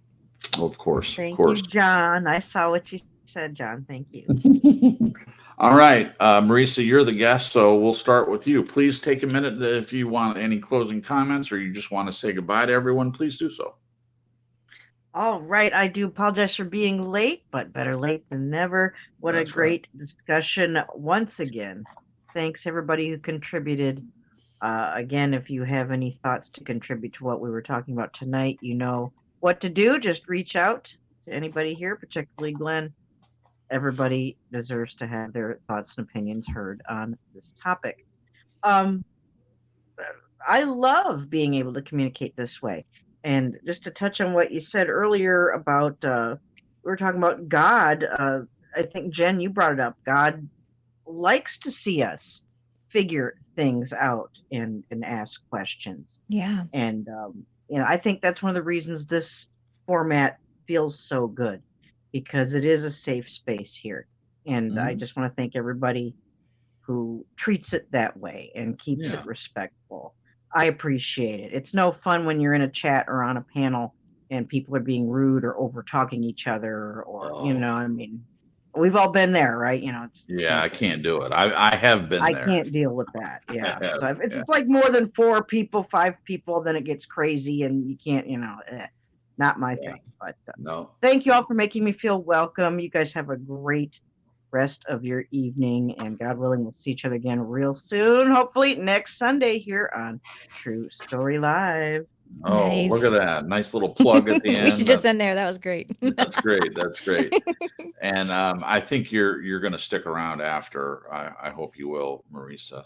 Stick around after when I close things up. All right, Jen, you're next. Just say goodbye to the peoples. Any closing remarks you want to say?